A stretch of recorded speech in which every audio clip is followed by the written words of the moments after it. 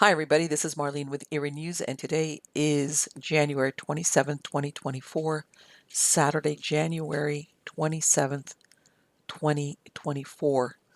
And let's go off to Stranger Than Fiction Stories. And this story is titled Narco Satanist and the Murder of Mark Kilroy. Mark Kilroy was murdered in March 1989. And for those living along the border of Mexico and the United States, the crime has not been forgotten. The reason for the attraction of Matamoros are three international bridges linking Brownsville, Texas to the notorious city where the good times are cheap. On March 3rd, 2023, four Americans were kidnapped in Matamoros in broad daylight. Authorities found two of them dead, and the other two were recovered alive. However, one of them was wounded. The story is being put out that they were caught in the crossfire of rival cartel groups, or that they were mistaken as Haitian drug smugglers. They claimed they had traveled from the Carolinas so one of them could get a tummy tuck from a Matamoros doctor. They were taken right after their white minivan, which they had driven from South Carolina, crossed into the border town. It was crashed, they were fired on, then hustled into a waiting pickup truck. The Mexican police frantically searched for them, but the cartel moved them around to several places. They were found in a wooden shack east of Matamoros on the way to Baghdad Beach. They had been tortured, and two were dead. The Scorpions, a splinter group of the Gulf Cartel, Cartel del Golfo or CDG, were blamed for the kidnapping and murder of the two Americans on March 3rd, 2023 in Matamoros. However, other facts have become known about the victims. In September 2023, it was learned that Latavia Washington McGee's trip to Matamoros with three of her friends was to establish a drug connection for her husband, Termario McGee. The tummy truck story was a ruse to help her spouse, who was currently serving a 10-year prison sentence for trafficking drugs in South Carolina. Supposedly, he needed Latavia to get the drugs, which would be snuck into prison where he sells them. The couple have been dating for 10 years and married for 3 years. Despite the twist in the incident in March, Matamoros has had a bad reputation for murders, especially for tourists. One of the most notorious came to light in April 1989 when 12 people were brutally slain in Mexico. Occult experts said the killing was likely the work of followers of a Cuban group called Abaqua. It has a folklore reputation for human sacrifice. Initially, authorities in Mexico and the United States were searching for Adolfo de Jesus Constanzo, a Cuban American believed to be the leader of a group of drug smugglers who were accused of the murder on the Santa Elena Ranch west of Matamoros. Corpses unearthed by authorities indicated signs of torture and dismemberment. According to Thomas Wedge, who gave seminars to law enforcement organizations on cult murders, the Matamoros killing followed Abaqua rites. Based on the mutilations and the tattoos on one of the suspects, indications were that at least the leader was an Abaqua follower. Wedge has written that members of the cult have distinctive tattoos that resemble chalices emitting lightning bolts, arrows, the weeping face of Christ, likenesses of St. Barbara, or facial teardrops similar to those displayed by Hispanic gangs in the Southwest. Some tattoos denote the role the individual plays in the cult, other denotes sexual preference. The Texas authorities were also looking for a Brownsville College co-ed named Sarah Maria Aldrete Villarreal, who identified as a priestess and was linked to Costanzo. Wedge described where rites are conducted immediately before a drug deal in order to make sure it's successful. Miami police said they were aware of Abaqua followers who were tied to a number of grave robberies for persons seeking skulls to be used in their rites. Detective Oscar Roque of Miami's Homicide Division considered the Abaqua cult dangerous. He described during Cuba when Abaqua had their annual retreat, people were told you should not leave your children out because they would take them for sacrifices. This date was June 24th, known as the feast day of St. John the Baptist, which coincides with the summer solstice. One of the victims found buried in the ranch was Mark Kilroy. a pre-med student from Texas who had been missing since March. He had crossed the Mexican-American border during spring break to visit Matamoros. His parents pressured the authorities in the U.S. and Mexico to search for him, and Mark's disappearance was featured on the show America's Most Wanted. The investigation accidentally led to the other victims as well. Dozens of bodies were found mutilated and sacrificed. Mark had been kidnapped because Constanzo, known as El Padrino or the Godfather, wanted a Caucasian Anglo as a sacrifice, someone who was a doctor and intelligent. Kilroy's remains showed where the top of his skull had been cut open and his brain removed. He had been raped, his legs had been chopped off below the knees, and his spine had been cut open and threaded with wire, since Constanzo wanted to make a necklace out of his vertebrae. His body had been buried in a shallow hole, waiting for it to decompose. The students had been killed with a machete. The student had been killed with a machete. His brains were found in a shack, boiled in a pot with a roasted turtle. Carlos Tampia, chief deputy of Cameron County, Texas, said, quote, I thought in my 22 years of law enforcement I had seen everything. I hadn't. As we drew near, you could smell the stench, blood and decomposing organs. In a big cast iron pot, there were pieces of human bodies and a goat's head with horns. Other victims who were offered as sacrifices were abducted off the streets. Others were drug dealers themselves. Besides Kilroy, 14 corpses were exhumed. All of them had evidence of torture, decapitation, burning, castration, being skinned alive, and removal of the heart. A 55-gallon drum was found, which was used to boil victims' flesh off their bones. Not long before Kilroy was kidnapped, 60 persons had been reported missing in the area. Constanzo had grown up steeped in the African-based religion of Abaqua and Palo Mayombe, which was practiced by his mother and stepfather. At one point, his mother was arrested for keeping 27 animals in her tiny apartment. The floors were covered in feces and blood. She would make him torture and kill animals, praising him for his cruelty when he did so. In 1983, he pledged himself to Kadepembe, the devil in the Palo Mayombe religion. By the time he was 21, he was a full-fledged priest and went to Mexico City, where he was offered a modeling job. However, he opened a shop in Mexico City's Zona Rosa, known for being welcoming to gays like Constanzo. He derived his main income from the various rituals he performed as a palero. His clients included drug dealers, police officials, and other wealthy and powerful people. He started to work with drug kingpins, assuring them he could cast spells to make them invisible to the law, and in return they paid him well. Unknown to them, Constanzo was bribing the police to protect his clients, thus convincing them that he was a powerful palero. In 1986, the head of Interpol in Mexico at the time, Florentino Ventura, introduced him to the head of the Calzada family, one of the most powerful crime families in Mexico. 2 years later, Florentino Ventura committed suicide, killing his wife and friend as well. Constanzo then made a proposition to be made, a full business partner in the Calzadas cartel operation. The cartel rejected his offer. In April 1987, Guillermo Calzada and 6 members of his household mysteriously vanished. Police found remnants of Palo Mayombe ritual items in Guillermo's office. Constanzo met Sara Aldrete Villarreal, a native of Matamoros, in 1987. She was an honor student and cheerleader at Texas Southmost College and was Gilberto Sosa's girlfriend. He was a drug dealer linked to the Hernandez clan, to which Constanzo wanted an introduction. Aldrete went on to become the main recruiter for the cult.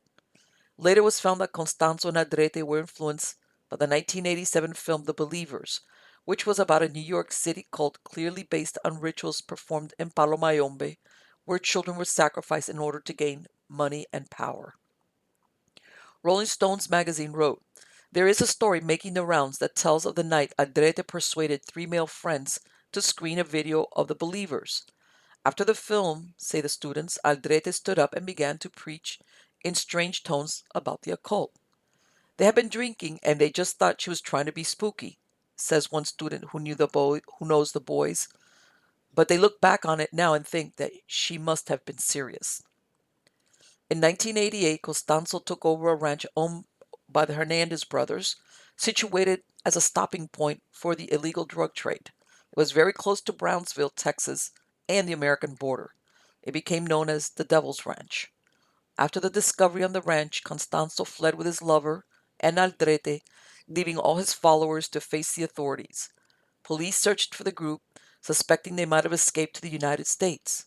In the meantime, exhumations continued and the body count mounted to 23. Wanted posters and a reward were posted, but the weeks slipped by without either one being spotted. The police asked an anthropologist who specialized in Palomayombe for help. He told them to televise the burning of the Naganga and the shed where the ritual items and altars were at. A TV crew filmed the fire and the cauldron being dumped out and incinerated as well. Constanzo was living with Aldrete, Martin Quintana, his current lover, and two more followers in a luxury condo in Mexico. He became distraught when he saw the Naganga and the shed go up in flames.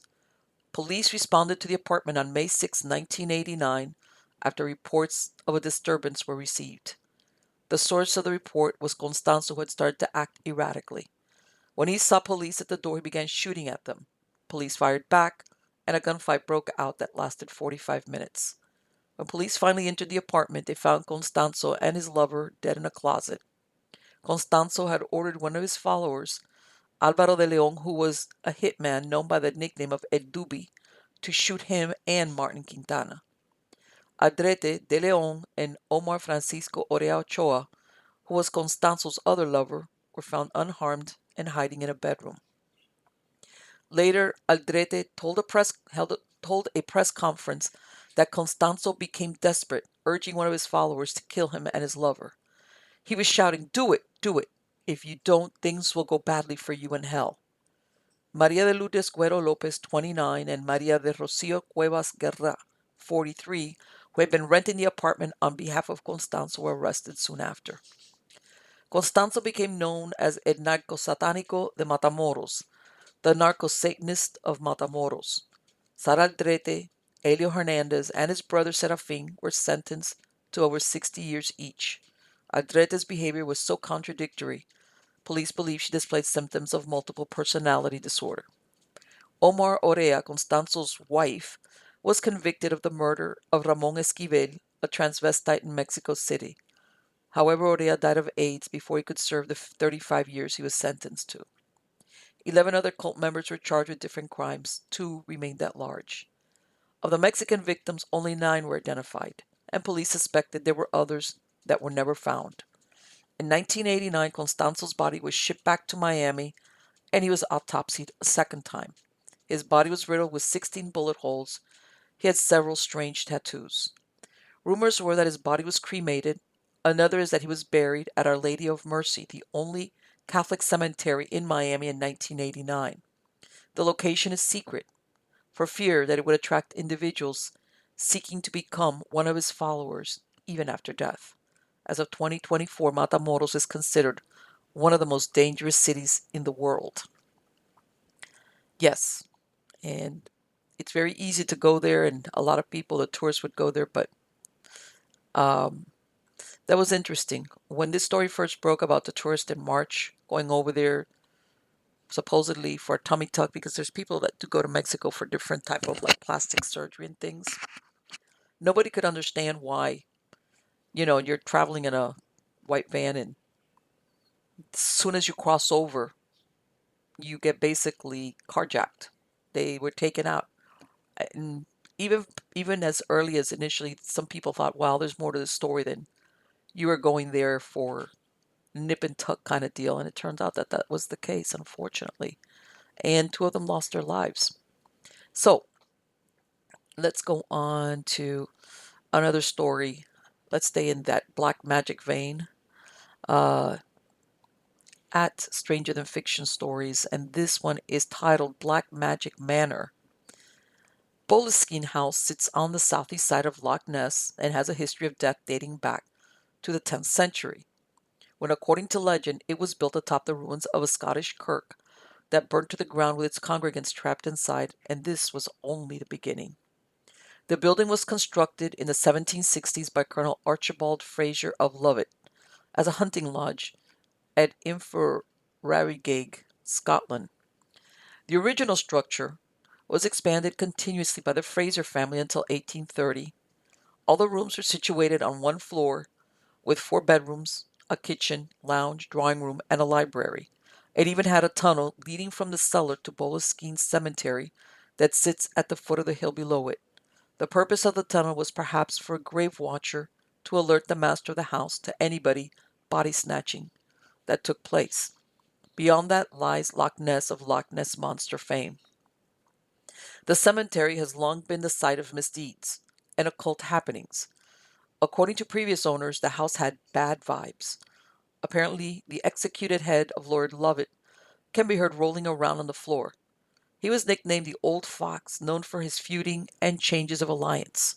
In 1715, he participated in the Battle of Culloden and was convicted of treason against the crown. As a Jacobite sympathizer, he was sentenced to death and subsequently beheaded. This fueled local legend even before its most notorious resident moved into the house. Aleister Crowley bought Boleskine House from the Fraser family in 1899. The house at that time was known as the Manor of Boleskine in Abertaff, after the name of the local parish. While living there, he called himself the Laird of Boleskine. Ironically, Crowley, who would be dubbed the wickedest man in the world, complained to the local Vigilance Society upon moving to Boleskine House about the following. Quote, prostitution is most unpleasantly conspicuous. An officer from the society went out in response to his complaint and found no activity that correlated with what Crowley described. When advised of their findings, he responded, conspicuous by its absence, you fools.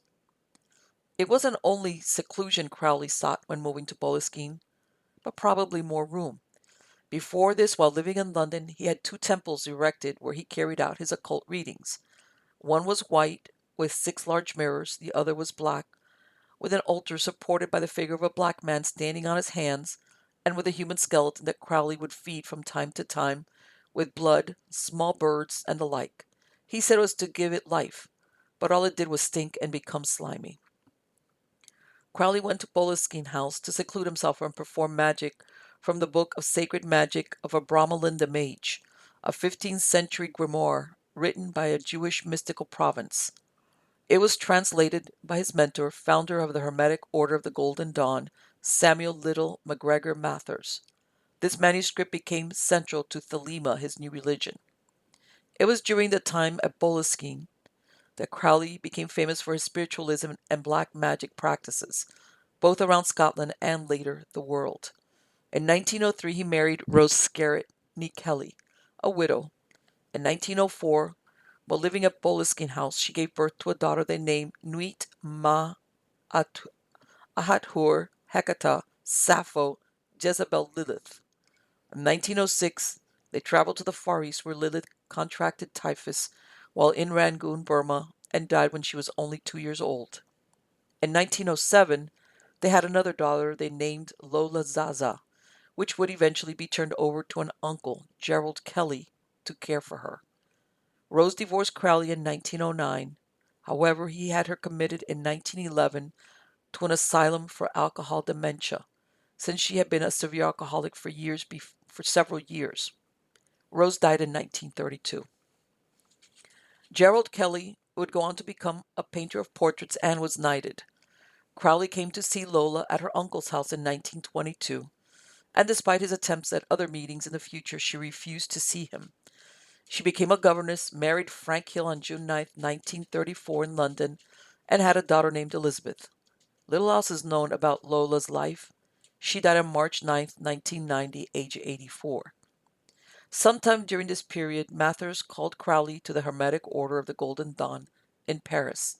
He left without dispelling the 12 kings and dukes of hell he had summoned at Boleskine House, and many locals blamed the house's unlucky history on evil spirits left behind.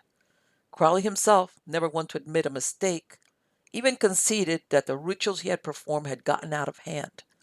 Crowley described some of the odd effects the ritual was having on the property as it was performed this way.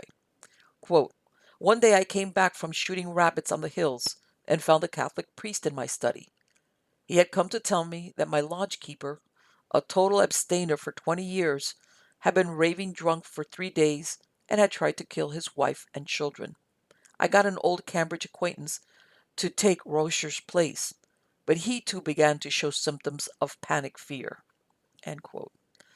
Crowley's housekeeper, Hugh Gilly, lost his 10-year-old daughter and 1-year-old son who died mysteriously and abruptly. Crowley even tells of a local man he had hired for general labor going mad and attempting to kill him, and a local butcher accidentally cutting off his own hand while reading one of Crowley's notes. Despite these clear signs, Crowley continued to work on the ritual, going so far as to deny visits from friends for fear of their safety. Shortly after Crowley left for Paris, the locals began to murmur about dark black clouds hanging in the skies around the Boleskine house. Many residents going far out of their way to avoid traveling near the building. Upon his return to Boleskine, Crowley immediately felt a change in his estate. Even his protege had fled the property while he was gone. He again went to his diary. Quote, "Besides these comparatively explicable effects on human minds, there were numberless physical phenomena for which it is hard to account. While I was preparing the talismans, squares of vellum inscribed in Indian ink, a task which I undertook in the sunniest room in the house, I had to use artificial light even on the brightest day. It was a darkness which might almost be felt. The lodge and terrace, moreover, soon became peopled with shadowy shapes, sufficiently substantial as a rule to be almost opaque. I say shapes, and yet the truth is that they were no shapes, properly speaking. The phenomenon is hard to describe. It was as if the faculty of vision suffered some interference, as if the objects of vision were not properly objects at all. It was as if they belonged to an order of matter which affected the sight without informing it." End quote. Crowley spent little time at the house, instead leaving shortly for New York and then Egypt, where he would again attempt to contact his holy guardian angel, this time claiming success. He sold Boleskine House in 1913 and moved to the United States. He never returned to the property. By 1920, along with some followers, he established a temple of Thelema in a farmhouse in Cefalù, Sicily. Stories of orgies and animal sacrifices were published by the press. Raoul Loveday, a.k.a. Frederick Charles Loveday, born in Rangoon, Burma, attended St. John's College, Oxford, where he studied history. This is where his interest in the occult began, and he became a member of the Hypocrites Club. He married in 1922. He married Betty May, a widow and divorcee who frequently used drugs, mostly cocaine. Her first husband had died from an overdose, and her second husband divorced her because of her addiction. When Loveday met Crowley through a friend, he stayed 3 days with Crowley taking ether. Betty had already met Crowley in 1914 and was unimpressed with him. Her husband, though, became enthralled with Crowley. The couple joined Crowley in Cefalù in November 1922. In February 1923, Loveday suffered from a bout of malaria. He developed acute enteritis as a result of drinking polluted water, and he died on February 16th. He was buried on the 23rd outside the Catholic cemetery in non-consecrated ground. His parents later had the body exhumed and reburied in England. Betty May Loveday returned to Britain and told the press that Loveday was made to drink the blood of a sacrificed cat, and that they were required to cut themselves with razors every time they used the pronoun I. She described what happened at the Love Cult Abbey thus, quote, "My husband, trembling from head to foot, stood by the altar armed with a sharp curved sword. The cat struggled violently. Crowley dabbed its nose with ether until it became quiet. Now, said the beast, my husband struck at the wretched animal and finally with a hard blow severed its head from its body." Benito Mussolini learned of Crowley's activities, and in April 1923 he was given a deportation notice forcing him to leave Italy. Without him, the abbey closed. In 1934, Crowley was declared bankrupt after attempting to sue an artist who called him a black magician. Addressing the jury, the judge said that in all his years in law, he had never heard such dreadful, horrible, blasphemous, and abominable stuff as that which had been produced by the man, Crowley, who describes himself as the greatest living poet. In the decade that followed, Crowley became addicted to heroin and died of a respiratory infection at the age of 72. His nurse and another witness reported his last words to be, quote, "Sometimes I hate myself," end quote. The Boleskine house then changed hands many times. However, it still wasn't free of dark energy, the various owners all reporting strings of terrible luck. In 1955, Kenneth Anger, an occultist along with sexologist Alfred Kinsey, visited the abbey in Cefalu. He photographed what was left of the erotic murals on the walls. The surrounding community, who feared a revival of the dark rituals performed by Crowley, left a mutilated cat on the doorstep of the farmhouse. Kenneth Anger had become familiar with the Limerick teachings since the 1940s, when he was introduced to them by Marjorie Cameron. She, along with rocket engineer Jack Parsons, were part of Crowley's OTO. During this time, Parsons was a close associate of L. Ron Hubbard, the founder of Scientology. In 1960, Major Edward Grant, a retired Army major, committed suicide in Crowley's old bedroom using a shotgun. This was back in Boleskine House. Anna McLaren, his former housekeeper, described the scene thus, quote, "When I came up and went in the front door, there was this little bone at the front door, and they had this little doggy, Pickywig was his name. And I said, 'Where did you get that, Pickywig?' Because they had this huge fridge, and there was nothing in it. I took the bone, and I just threw it. I went to look, and there the Army major was in front of the big mirror with his head off. So I was so scared that I did run quite a distance. And I said, 'The major shot himself.' Anyway, I told the detectives this, and they said the bone was of his skull." End quote. In 1962, Dennis H. Lorraine, a British film producer, bought Boleskine House. He got actor George Sanders involved as an investor in a fraudulent company called Cadco that would produce sausages from hogs raised at Boleskine. The hog farm never materialized, and eventually Sanders had to declare bankruptcy in 1966. It became known as the Great Sausage Scandal. In 1965, Lorraine was sentenced to 6 years in prison and a $10,000 fine for his part in an international counterfeiting scheme. Dennis Lorraine had supposedly bought Boleskine House after his wife Molly came across information about Mary Lorraine, no relation to them, who had been married to Major Grant, who committed suicide prior to their ownership. For some reason, this intrigued her. The Lorraines both descended into alcoholism, and eventually they parted ways. Dennis spent his last years living in London and destitute. He supposedly slept with a gun under his pillow. Ironically, George Sanders' last film, Psychomania, which came out in 1973, was about a psychopathic biker who belonged to a gang known as the Living Dead, who, in order to achieve immortality, makes a deal with the devil. In the U.S., it was released as The Death Wheelers. In 1937, George Sanders told David Niven that he would commit suicide when he got older. He was found dead in a hotel in Barcelona, Spain in 1972, having overdosed on 5 vials of Nembutal. He left a suicide note saying, "Dear world, I am leaving because I am bored. I feel I have lived long enough. I am leaving you with your worries in this sweet cesspool. Good luck." According to Niven's memoirs, he said Sanders told him specifically that he would kill himself from a barbiturate overdose when he reached the age of 65. Is the Loch Ness Monster supernatural in origin? This kind of strangeness went on for years, leading believers of the mystical and the occult to believe that the house had become a sort of portal, the unfinished ceremony leaving an open gateway to worlds unknown, spreading the activity from beyond the confines of the house itself and into the surrounding area. Strangely enough, the first recorded appearance of the Loch Ness Monster coincides with the beginning of the end of Crowley's legacy. Frederick William Holliday, one of the most well-publicized Loch Ness Monster investigators, having published 2 books dedicated to the search for the creature, made an assessment in the 70s that the monster acted itself much like a supernatural creature, leading him to rethink his stance on its origin. Instead, Holliday postulated that the creature's apparent self-concealing phenomena was evidence that it could possibly be related to the aftermath of Crowley's preternatural mistakes. Kenneth Anger visited Boleskine House and rented it for a few months in the 1960s while he worked on his film Lucifer Rising.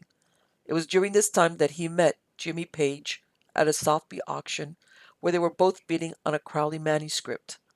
The friendship ended over an argument over the soundtrack Page was producing for Anger's film. The paranormal happenings in the house did not cease after Crowley's death. In fact, word of the Boleskine house's notoriety began to spread like wildfire. One of Crowley's most famous admirers, Led Zeppelin guitarist and occult enthusiast Jimmy Page, purchased the house in 1971, knowing the importance the property had played in the formative years of the magician's career. In 1974, he commissioned artist and Satanist Charles Pace to recreate the murals from Crowley's Abbey of Thelema in Sicily. Since the 1960s, Pace was a member of a number of underground satanic and Luciferian covens. He was interested in dark Egyptian magic, and his grimoire was known as the Necronomicon. Author Michael Ford borrowed the title for one of his own books. In 1975, he, as in Jimmy Page, gave an interview to Rolling Stone magazine where he described some of the bad vibes he got from the building thus. Quote, "There were 2 or 3 owners before Crowley moved into it.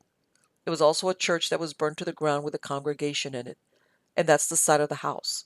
Strange things have happened in that house that had nothing to do with Crowley. The bad vibes were already there. A man was beheaded there, and sometimes you can hear his head rolling down. I haven't actually heard it, but a friend of mine who's extremely straight, doesn't know anything about anything like that at all, heard it. He thought it was the cats bungling about. I wasn't there at the time, but he told the help. Why don't you let the cats out at night? They make a terrible racket, rolling about in the halls." And they said, "The cats are locked in a room every night." Then they told him the story of the house. So that sort of thing was there before Crowley got there. Of course, after Crowley there have been suicides, people carted off to mental hospitals, etc. End quote. When the interviewer went on to clarify that Page himself never had contact with the spirits, Page cut in with, quote, "I didn't say that. I just said I didn't hear the head roll." End quote. He went on to tell the interviewer that he preferred not to discuss the issue further. Scenes from the Led Zeppelin film The Song Remains the Same were filmed on the grounds. John Bonham, the drummer for the band and a heavy drinker, died in 1980 after he asphyxiated from vomit. Led Zeppelin disbanded after his death. Singer Graham Bond, like the unfortunate Loveday decades before, became enthralled with Thelema and even claimed Crowley was his biological father. Like others who hitched their wagon to Crowley's dark teachings, his end was brutal and violent. He threw himself in front of a train at Finsbury Park Station in 1974. Though never actually residing in the building for long periods of time, Jimmy Page instead had it occupied by a longtime school friend by the name of Malcolm Dent that acted as a caretaker. Malcolm described the living situations as a constant and, quote, "definite feeling of a strong presence trying to get into you," end quote. There were strange occurrences and noises in the house throughout their tenure. He described what was the most terrifying night of my life when he awoke by what sounded like an animal snorting outside his bedroom door. Bravely he opened it, only to find nothing was there. But he said whatever was there was very, very evil, and I was very, very frightened. Perhaps to minimize the fear, Dent said, "We just used to say that it was Alistair doing his thing." Another friend who stayed a night at the house awoke and claimed she'd been attacked by some kind of devil. Was this based on a true experience or someone primed by the history of the house to imagine an encounter with something otherworldly? Despite this weird environment, Malcolm lived and raised a family in the house, while simultaneously ignoring as much of the strange activity as possible. He also fended off the weirder groups of Crowley devotees who would creep onto the property at all hours of the night. He left the house in 1992 when Jimmy Page sold it. In 2006, in an interview with the Inverness Courier, Mr. Dent, who died in 2011, said he and his wife and children had loved living there despite the curious goings-on. He described himself as a skeptic, but said there were things at Boleskine that could not be explained. He said, "Doors would be slamming all night. You'd go into a room and carpets and rugs would be piled up. For a time, it was used as a bed and breakfast. Either the strange occurrences in the building settled or the latest batch of property owners decided to keep quiet about the activity. Likewise, the sightings of the Loch Ness Monster dwindled to very few since their heyday in the 1900s. But what if, as Holliday thought, the monster in the lock was a different kind of monster completely? Could the legendary creature have been a consequence of Crowley's failure to properly end the ritual he had started? Later owners dismissed any notions of a haunting or witchcraft at the house, but tragedy continued to strike. In 2015, the residents of the house returned from a shopping trip to find the house completely in flames. There were no injuries as the house was totally empty when it ignited. It was never determined if the fire was an act of arson. In 2018, Boleskine was placed on the Buildings at Risk Register for Scotland. Highland Paranormal Research Group completed an investigation on the grounds, but didn't find evidence of any supernatural occurrence. The Daily Express interviewed Trudy Picquiar Baker, the owner, in 2018. She complained of looters and trespassers, including a weird squatter named Mordecai Moshe, who had to be removed by police. The ruins of the building were put on the market in April 2019. It was purchased by Kyra and Keith Reedy. Keith is the author of the book One Truth and One Spirit, Aleister Crowley's Spiritual Legacy. They set up the Boleskine House Foundation as a charitable trust. 3 months later, a fire swept through it, believed to be the work of an arsonist. The roof of the house collapsed. In 2020, supposedly, the new owners were selling bags of charred ruins on eBay for £49. This was to raise money for a spiritual center to be established at Boleskine House. In 2022, filmmaker Ashley Cowie announced the production of a film titled The Beast of Loch Ness, which was to set the record straight about Crowley and the other strange stories attached to the property. By August 2023, the film was released to 20 international film festivals, and the renovations on Boleskine House continues. During his time in Cefalu, Crowley fathered other children. With Leah Herzig, he had daughter Anna Leah, who died of unknown causes when she was 8 months old in 1920. This same year, he had another daughter with a French woman named Augustine Isabella Shumway. Their daughter Louise, named Lulu Astarte Panthea by her parents, used her mother's married surname of Shumway, and her identity as Crowley's daughter remained hidden until after her death in 2014. When she was 10 years old, she came to the United States and was raised by her maternal aunt after the Fro family had immigrated to California. She became a school teacher, married Virgil Mueller, and had several children. She was a member of the local Presbyterian church for 50 years, which I think is pretty ironic considering who her father was. So there we go. I haven't had a chance to see that film, but yeah, I don't know what way they want to conserve Aleister Crowley legacy, but oh well. Okay, the next story is out of Anomalian. It's titled The Lady in Black, the story of a Russian ghost in Alaska. The folklore of the northernmost state of the United States is a treasure trove for paranormal investigators. The mysterious Sitka phenomenon is reported in the 2016 book Spirits of Southeast Alaska, The History and Hauntings of Alaska's Panhandle by author James Devereaux. The author drew attention to the urban legend of the former Nova, this is difficult to pronounce, Novoarhangelsk, associated with the Baranov Castle. This is the name of the hill on which stood the residence of the first ruler of Russian Alaska, Alexander Baranov. The building itself burned down in a fire back in 1894, but stories about the ghost of a Russian princess allegedly appearing in these places arose much earlier. One of the first publications on this topic can be read in the New York Times newspaper dated August 22, 1883. The article, The Story of a Ghost in Alaska, talks about a ghost that settled in an abandoned building. The residents of Sitka usually saw the mystical princess at midnight.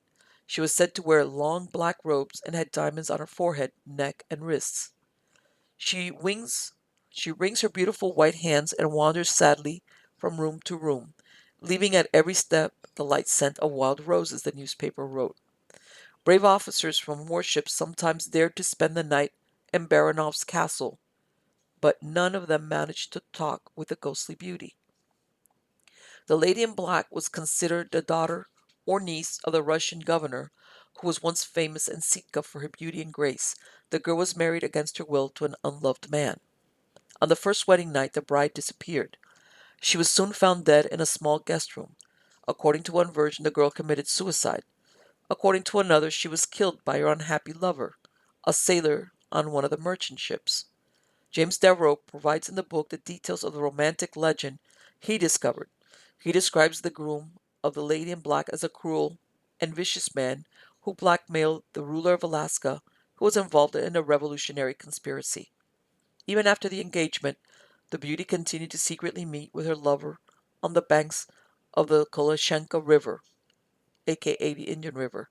When the governor found out about this, he sent the young man along with a naval expedition south along the American coast. On March 18th, the girl was married to the evil prince in the Orthodox Cathedral of the Archangel Michael. On the same day, the warship returned to the harbor. Upon hearing of this, the newlywed ran away from the ballroom to meet her lover. Realizing that their situation was hopeless, the couple decided to die.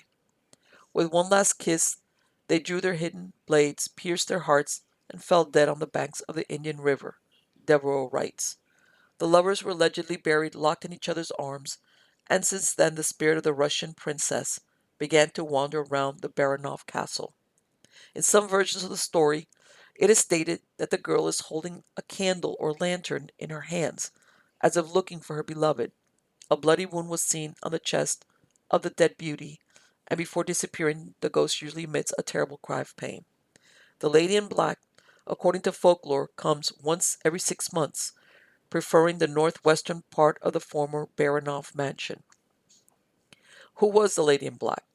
There is no historical evidence for the Sitka legend. Rumor connects the lady in black with the name of the first ruler of Russian America, Alexander Baranov. Polar explorer Frederick Zatka attributed the ghost story to the period of the sixth ruler, Baron Ferdinand von Wrangel, who was the master of Sitka in 1830 to 1835.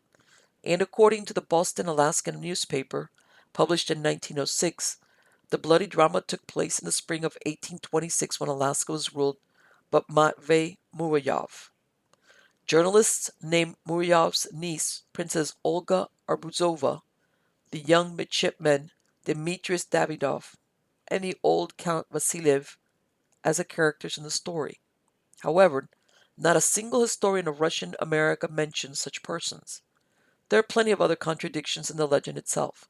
For example, from the description, it is not clear why the unfortunate bride is dressed in a black robe, because the wedding attire of Russian aristocrats has always been white. However, in some versions of the story, the ghost is called the Lady in Blue. Apparently, in the dark, when the spirit appears, it is not easy to make out the color of its clothes. Moreover, in the presence of a ghost, the fire of eyewitnesses mysteriously goes out. The plot of The Lady in Black is influenced by literary tradition, in particular, Walter Scott's novel The Bride of Lammermoor. Therefore, it is possible that the whole story is a common invention of the yellow press of the late 19th century. But even if this is so, the legend of the beautiful ghost eventually took on a life of its own. For example, the estimated date of death of the Lady in Black, March 18th, is due to the fact that it was on this day in 1894 that the Baranov Castle burnt down. Despite the dubious authenticity of the legend, guides in Sitka still make money from it to this day, showing tourists the supposed grave of the Russian princess. There you go. I did not know that about that part of Alaska. Interesting, huh? But yeah, a lot of these stories, maybe it is. A lot of times, though, they are, like the hitchhiker, how they have like the one out of Chicago, Resurrection Mary, the hitchhiker, where people give the girl by the roadside a ride and then she disappears. And, there's a tradition sometimes of certain ghost stories that they just tweak it depending on where you're at, what country, what it is. Okay, returning to strange and fiction stories, this one is titled The Mimics. When we think of aliens, we picture something strange with large black eyes, something that doesn't look human. but in some cases, these beings have learned very well how to imitate us. Is it mimicry, camouflage, or are they partly like us, at least how they look on the outside? How do they betray themselves? Perhaps with an evil grin at the most inappropriate time? Think of the Joker in the Batman comics, or a clown that despite the face paint, they can't quite hide that it's all a lie. There is the grinning man, connected to the true life events which took place at Point Pleasant, West Virginia. In 1966, many are familiar with the movie The Mothman Prophecies, in which the movie culminates with the collapse of the Silver Bridge. There is a character in the backstory of this true life event, which is known as Indrid Cold, aka the Grinning Man. It started on November 2nd, 1966, when Woodrow Wilson Derenberger, a sewing machine salesman, left Parkersburg heading to his home in Mineral Wells, West Virginia. He stopped once to secure one of his sewing machines in his van and continued on Interstate 77. Then he stopped for a second time when he saw what looked like a large, old-fashioned kerosene lamp land on the road. A door opened, and a man, average-looking, with dark hair and a deep tan, came to the passenger window. He wore a dark overcoat, and beneath it something that looked metallic. His arms were folded, and his knuckles appeared to be nestled within his armpits in an uncomfortable position. He said his name was Indrid Cold, and he came from a place less powerful than the United States. He told Derenberger he was not special and a being of flesh and blood. He wanted the encounter to be reported to the authorities and that this would be the first of many meetings. All this was delivered via telepathy. After this, the being entered the UFO and left. Derenberger told the story to his wife, and then the police and the press. Within 48 hours, he started to receive other communications from Indrid Cold, who said he came from the planet Lanulos in the galaxy of Ganymede. He said people on this planet lived from 125 to 175 Earth years. Derenberger had another UFO sighting on November 4th. In 1967, Derenberger was taken for a ride in a spaceship and visited Lanulos. On a second visit to the planet, he saw the inhabitants did not wear any clothes. In 1971, with the help of Harold W. Hubbard, he wrote a book about his interaction with Indrid Cold, titled Visitor from Lanulos. After one of these visits, he communicated with UFO investigator John Keel, who authored a book about Mothman. During Keel's investigation, he received phone calls from persons calling themselves Indrid Cold. Keel wrote the foreword to Derenberger's book. The same night Derenberger stopped for Indrid Cold, on the same road, two other men saw a long object laying in front of their car. Having no choice but to stop, they saw a man leave the UFO and come towards them. His description matched Derenberger's. He asked nonsensical questions before he returned to the craft and left. Several weeks before Derenberger met Indrid Cold, two boys, James Janitis and Martin Mouse Munoz, were walking home along 4th Street in Elizabeth, New Jersey. They came to a local landmark known as the Turnpike, which was an area with a high fence and steep incline. They said behind the fence stood the strangest man they had ever seen. They couldn't understand how he came to be where he was and that he just stood there grinning at them. A legend has persisted about Indrid Cold, but has never reached a conclusion. Perhaps the appearance of the grinning man predates the encounter with Indrid Cold. In November 1966, it was noted that the 150th anniversary of the founding of the London Trustee Savings Bank was being celebrated in England. The Guildford Trustee Savings Bank joined the London Bank in 1919. It was opened in 1816 and moved in 1828 to a premise over a late 13th century crypt. It was described this way, quote, "The crypt, which supports the building above it, is of particular interest because it has two columns, with very well preserved grotesque, one a grinning man, the other a medieval woman in a wimple. Shadow people are another type of creature that imitate humans, but which aren't. The most common setting for shadow man encounter is the bedroom, either when you're sleeping or have just woken up. Since most of the time they are wearing some type of old style hat, such as a cowboy hat, a fedora, or a top hat, they have received the moniker of Hat Man. In some instances, they are seen with a cowl over their head like a monk. According to the late Rosemary Ellen Guiley, she believes shadow people were a variation of creatures known as jinn. They're mostly associated with negative paranormal experiences. In her research, she found a correlation between persons that have seen shadow people with ET experiences, especially those that have claimed to be abducted. The lore of the jinn originates in the Middle East. It was made out of the winds and smokeless fire. They have the ability to shapeshift but cannot make themselves look 100% human. Guiley's theory was that they wore a hat to disguise their imperfect heads. The eyes of a jinn can switch to a reptilian appearance or to an odd color.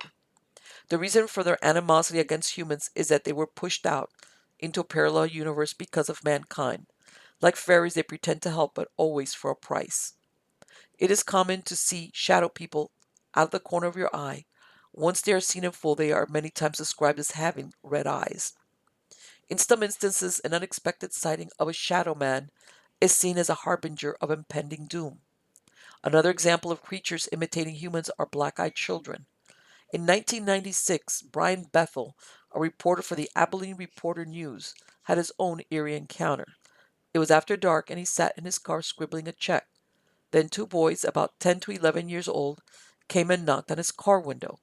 He described one as somewhat suave, olive-skinned, curly-headed young man, and the other, a red-headed, pale-skinned, freckled young man. They both wore hooded pullovers. They told him they had come to watch the movie Mortal Kombat, but forgot their money. They asked for rides to their mother's house to get the money. Bethel noticed that based on the show times on the marquee, there were no films that would start by the time they returned. Bethel felt an irrational fear, and they assured him by saying it wouldn't take long. They were just two little kids. They didn't have a gun or anything. It was then that he noticed the solid black eyes of the boys. He described their eyes as, quote, the sort of eyes one sees these days on aliens or bargain basement vampires on late night television. Soulless orbs like two great swaths of starless night, end quote. He tossed an excuse at them and drove away. When he looked in the rearview mirror, they had disappeared. He said another person had a similar experience in Portland, Oregon.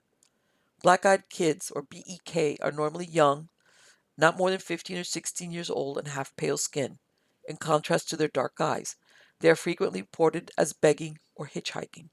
Men in Black are so well known they've had movies made about them. They're always dressed in dark suits. Some think they're humans, others think they just look human. Their origins are varied, starting with members from a government black ops agency, extraterrestrials, time travelers, energy vampires, and demons. There have been MIB lookalikes dressed in military uniforms that give off the same aura of weird. They usually show up after someone has seen a UFO or had been a witness to some type of otherworldly experience. In the 1950s, Albert Bender had his own experience with the MIB. He served in the military during World War II. After his discharge, he moved to Bridgeport, Connecticut. In 1953, he worked at the Acme Shear Company and lived in the attic of his stepfather's home. In his 20s, he enjoyed collecting macabre memorabilia and reading ghost stories. During the late 1940s, there were several flying saucer sightings in the western United States. In 1952, he started the International Flying Saucer Bureau, or IFSB, and he extended invitations to notables of the day. Eddie Rickenbacker, the CEO of Eastern Airlines, became an honorary member. But Albert Einstein said no thanks. Eventually, he had 600 members worldwide. As soon as IFSB was organized, odd things started to happen to Bender. He got strange calls, suffered ill health, bad headaches, and received telepathic messages. At the same time, UFOs were seen over Connecticut. In 1952, described a man with glowing eyes was watching him at a movie theater, and he was followed as he walked home. On another occasion, he levitated and felt to be hypnotized. The smell of burning sulfur filled his attic bedroom. The telepathic messages he got were warnings to stop studying UFOs. This would be the first of many visits from the MIB. Eventually being stalked by the MIB forced him to close down the IFSB in October 1953. In the final issue of his magazine, Space Review, he wrote, quote, "All of them were dressed in black clothes. They looked like clergymen, but wore hats similar to the Hamburg style." End quote. He had been visited at his home by three of them in July of 1953. Bender went on to describe the MIBs as mind-manipulating silencers. He abandoned UFO research and moved to California in the 1960s. He died on March 29, 2016 at the age of 94. So, part of it is, and lately, like I've said, there's been like an overlapping of these stories where, before UFOs, ETs were over here and paranormal weird happenings were over there. And lately I've seen more and more stories where they overlap, or people have experiences in one area and then they start to experience the other thing. Staying here with stranger than fiction stories, the next one is called Blue Ghost Tunnel. In 1876, an arched stone tunnel was built under the Grand Trunk Railroad tracks in Niagara Falls. So how did something built as a drainage passage become known as the Screaming Tunnel or the Blue Ghost Tunnel? The Meriton Tunnel was completed in 1876 and opened in 1881. Using limestone, about 1,000 Irish immigrants worked on the project that spanned over 700 feet, allowing traffic to cross the Whelan Canal in St. Catharines, Ontario, was the original purpose of the tunnel. The canal acted as a highway for boats traveling between Lake Erie and Lake Ontario. Due to the threat of cows and other farm animals entering the tunnel and causing a derailment, guards were posted at either end of the tunnel. As if excuse me, as if presaging what would happen a few days later, in December of 1902, Angelo de Cesare was a trackman employed on the GTR track. He was hit by number 4 Express just east of the Meriton Tunnel. He was walking eastward along the tracks when struck. His left arm was broken, he had a concussion, but survived. In the first days of January 1903, number 4 Express collided with a light mogul. Both engines were in a deep gully and on a sharp curve, so that neither engineer could see the other engine until they were 200 feet apart. Both firemen on each engine were killed. Charles Warning, 22, and Abraham Dessau were killed. One of them was jammed between the tender and the boiler, and so horribly mangled that when the remains were taken away, his overalls still remained so tightly wedged between the tender and boiler they could not be pulled out. And one of the wrecking crew removed his watch, which was still going, and money from the pockets of the overall, without being able to extricate the garment itself. Other crewmen were seriously injured. In 1915 was the last time a train ran through the tunnel. From then on, it was used only by farmers to transport cattle or shelter from inclement weather. It was replaced by a swinging bridge just south of the old Lock 17. The construction of Whelan Canal lasted for 21 years. 137 workers of different nationalities lost their lives. Of this number, 58 were under the age of 30 and had been working on the canal for a short amount of time. The Whelan Canal Fallen Workers Memorial was unveiled in St. Catharines on November 12, 2017.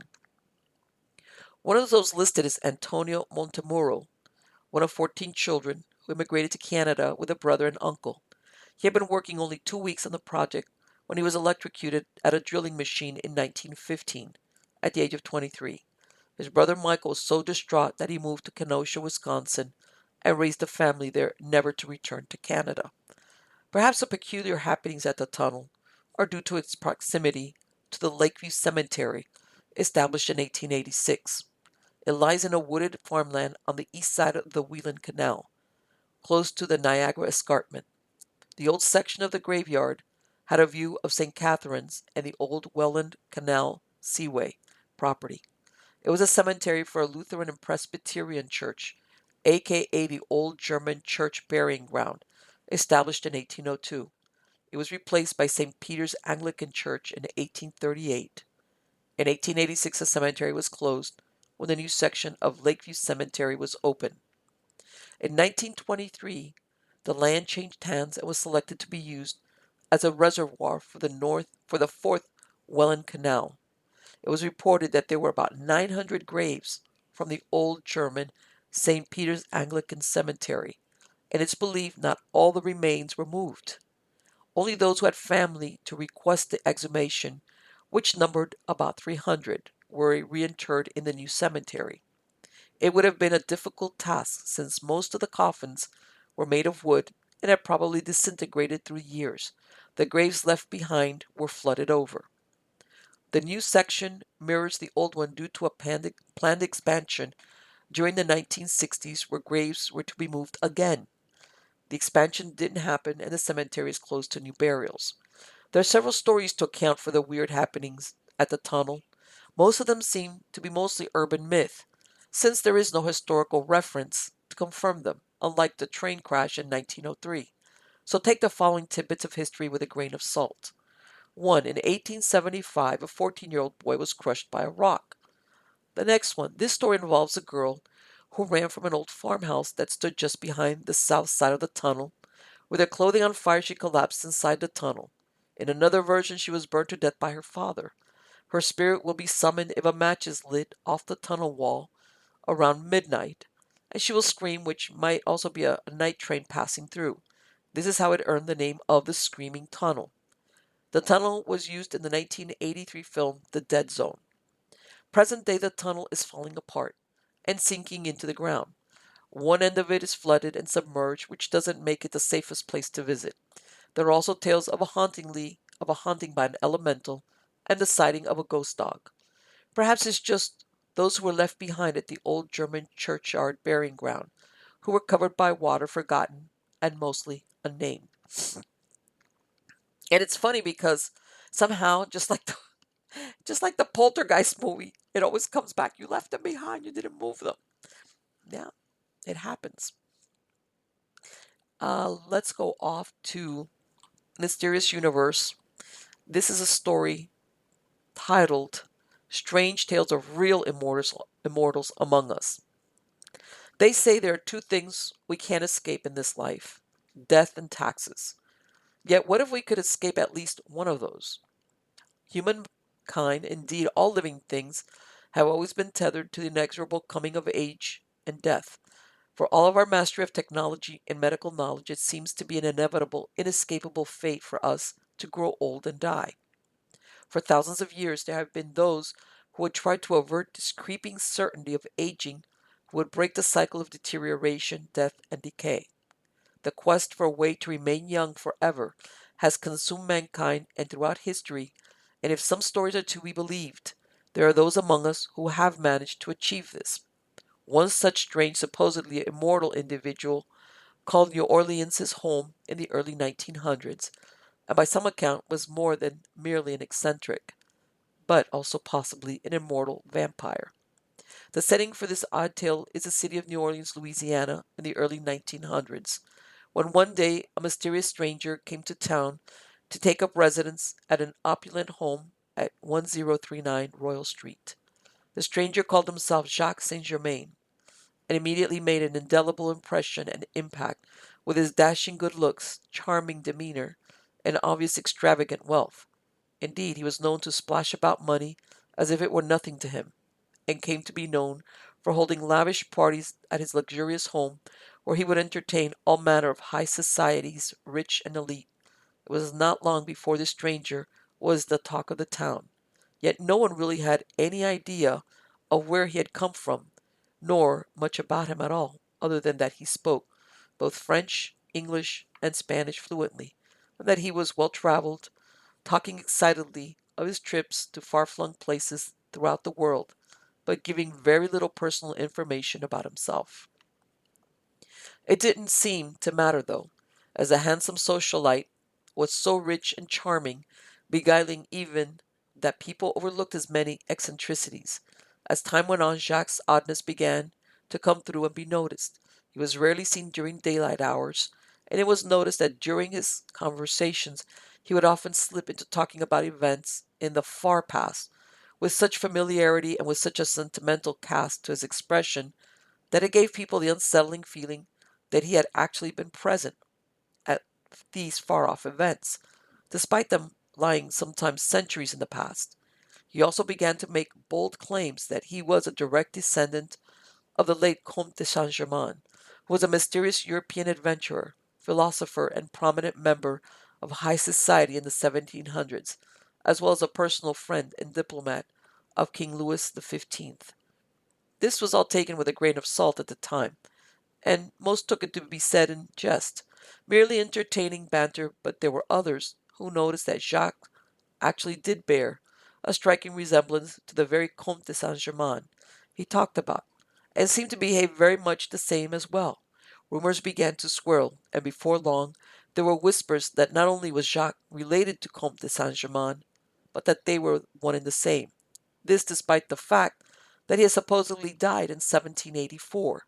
Nevertheless, there was speculation that Jacques had somehow achieved immortality, an idea bolstered by the fact that Comte de Saint Germain was often said to be immortal, always appearing to be at around the same age in all of his portraits, about 40, which was incidentally exactly the same age as the mysterious Jacques, and he had been cited throughout the centuries looking as young as ever.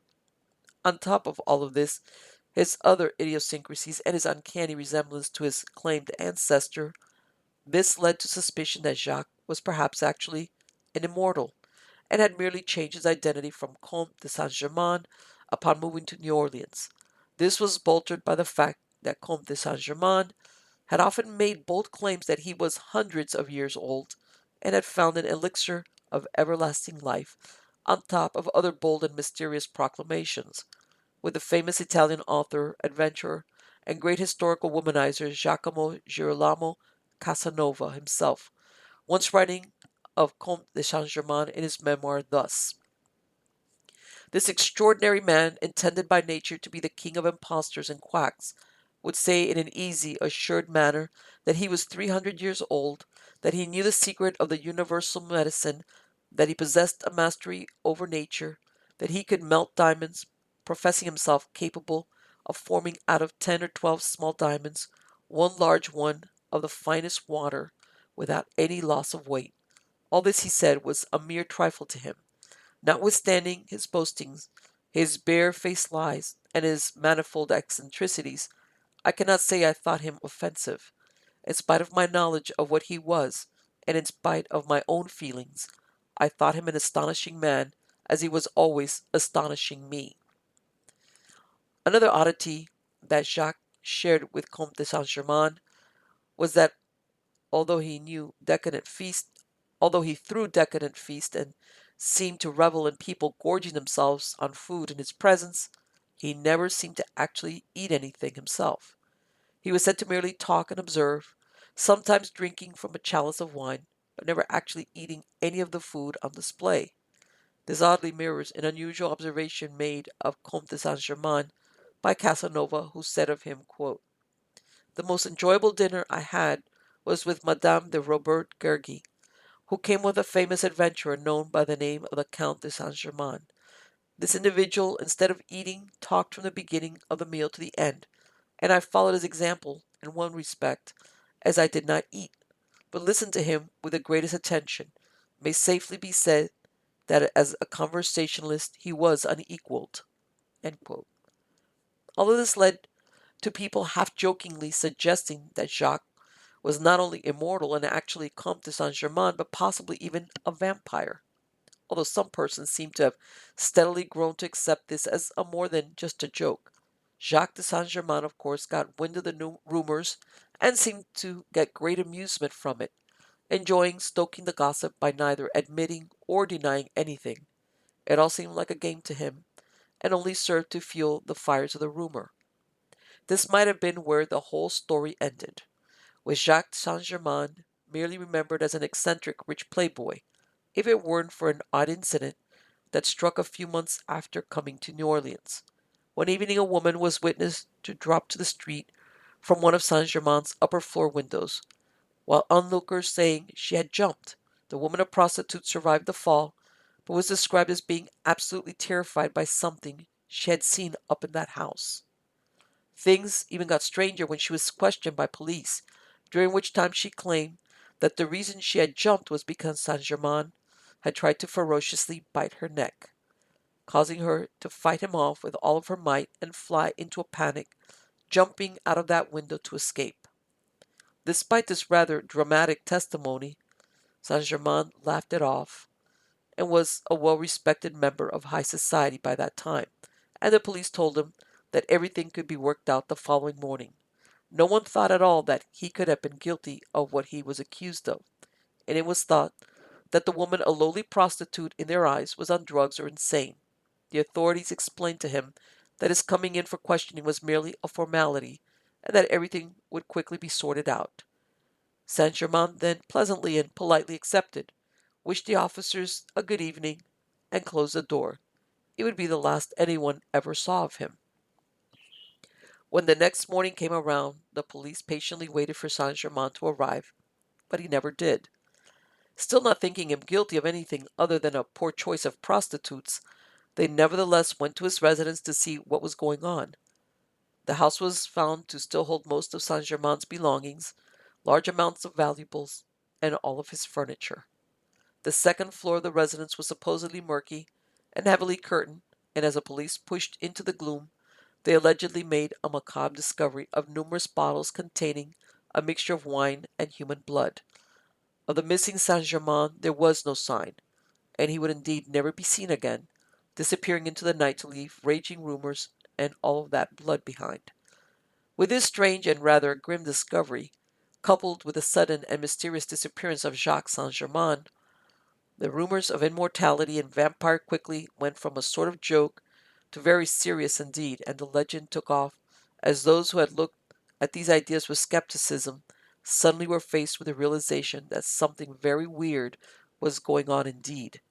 People were now convinced that not only were Comte Saint Germain and Jacques Saint Germain one and the same, but that he was an actual real life vampire. Many things went into such wild reasoning. Why did they look so exactly alike? Indeed, there was also many similarities in both their personas and demeanors.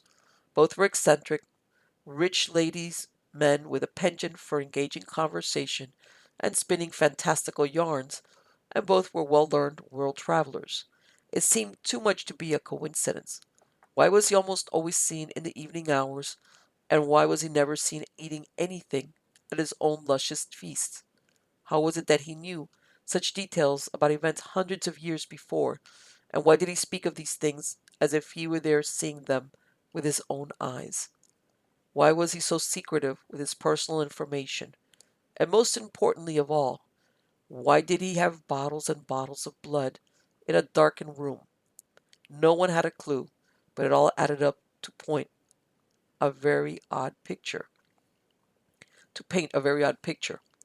This theory was further fueled along by the fact that although Comte de Saint-Germain is considered to have been a real person, his actual history is rather murky and ill-defined, making him quite a mysterious figure indeed, ripe for fitting him into all the madness. Very little is known about the man himself, where he came from, or even when and where he was born, or what his true name really was. This is partly because he changed identities and titles so often, but also because he was a social chameleon and considered to be a very skilled and accomplished liar in all things. One lady, Jemima York, once said to him, quote, "He is an odd creature, and the more I see him, the more curious I am to know something about him.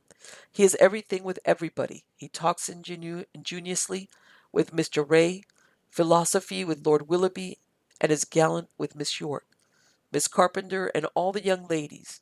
But the character and philosopher is what he seems to pretend to, and to be a good deal conceited of the others are put on to comply with les manières du monde. But that you are to suppose his real characteristic, and I can't but fancy he is a great pretender in all kinds of science, as well as that he really has acquired an uncommon share in some." End quote. Put this all together, it is very difficult to pin down any concrete information on him at all, making him appear like a literary character rather than a real person, and allowing people in retrospect to make up all kinds of wild tales about him as they see it. There were also the many accounts of Comte de Saint Germain being very skilled in many areas of the arts and sciences, for far beyond what would be expected from someone having lived only one lifetime, him declaring himself to be hundreds of years old, as well as much testimony that he was an actual alchemist. There are quite a few unverified accounts of him turning metal to gold or creating perfect diamonds from impure ones, and even he was officially alive, there were rumors or not that he used these powers to prolong his own life, perhaps indefinitely. Indeed, there were many who claimed that over the years he had not noticeably aged at all. This caused rumors that he had never really died at all, only moving on to take on another identity, perhaps even to New Orleans. Combine this with the enigmatic nature of Jacques Saint Germain, all of the striking similarities, the mysterious crime and his subsequent vanishing, as well as the bottles of blood, and you have a perfect storm for the creation of an eerie legend. Now, it is quite possible that Jacques Saint Germain was just what he seemed to be, merely an odd, rich fellow, nocturnal because of his hard partying lifestyle, and that he had certain kinks such as biting women's necks and drinking wine mixed with blood, his freak flag flying high. Maybe he was afraid that he would be arrested, and that was why he skipped town, and his resemblance to Comte Saint Germain was just a coincidence. But where's the fun in that? Stories of ancient immortals and vampires are much more interesting, and this has caused the legend to grow. In the end, although it is all a fascinating story, there's little actually to verify or substantiate any of it, which has indeed allowed it to become the pervasive legend it is today. Everything else has been obscured by murky history and countless retelling, making the truth evasive. The only thing we really know for sure is that both of these men were real and that they shared many similarities in both appearance and character. Other than that, we are left to wonder just who Comte de Saint Germain really was and what connection he had to the mysterious Jacques Saint Germain, if any. It is probable that this is all merely coincidence and misunderstanding, colored by exaggeration, misinterpretation, and myth making. But what if there really was an ageless vampire who made his way from the old world to the new, to come calling at New Orleans? What if Comte de Saint Germain really was an immortal, whether because of being a vampire or through some magical elixir of life? What if he is still out there now? Another tale, orbiting the topic of immortals, is that of the seemingly mythical Fountain of Youth.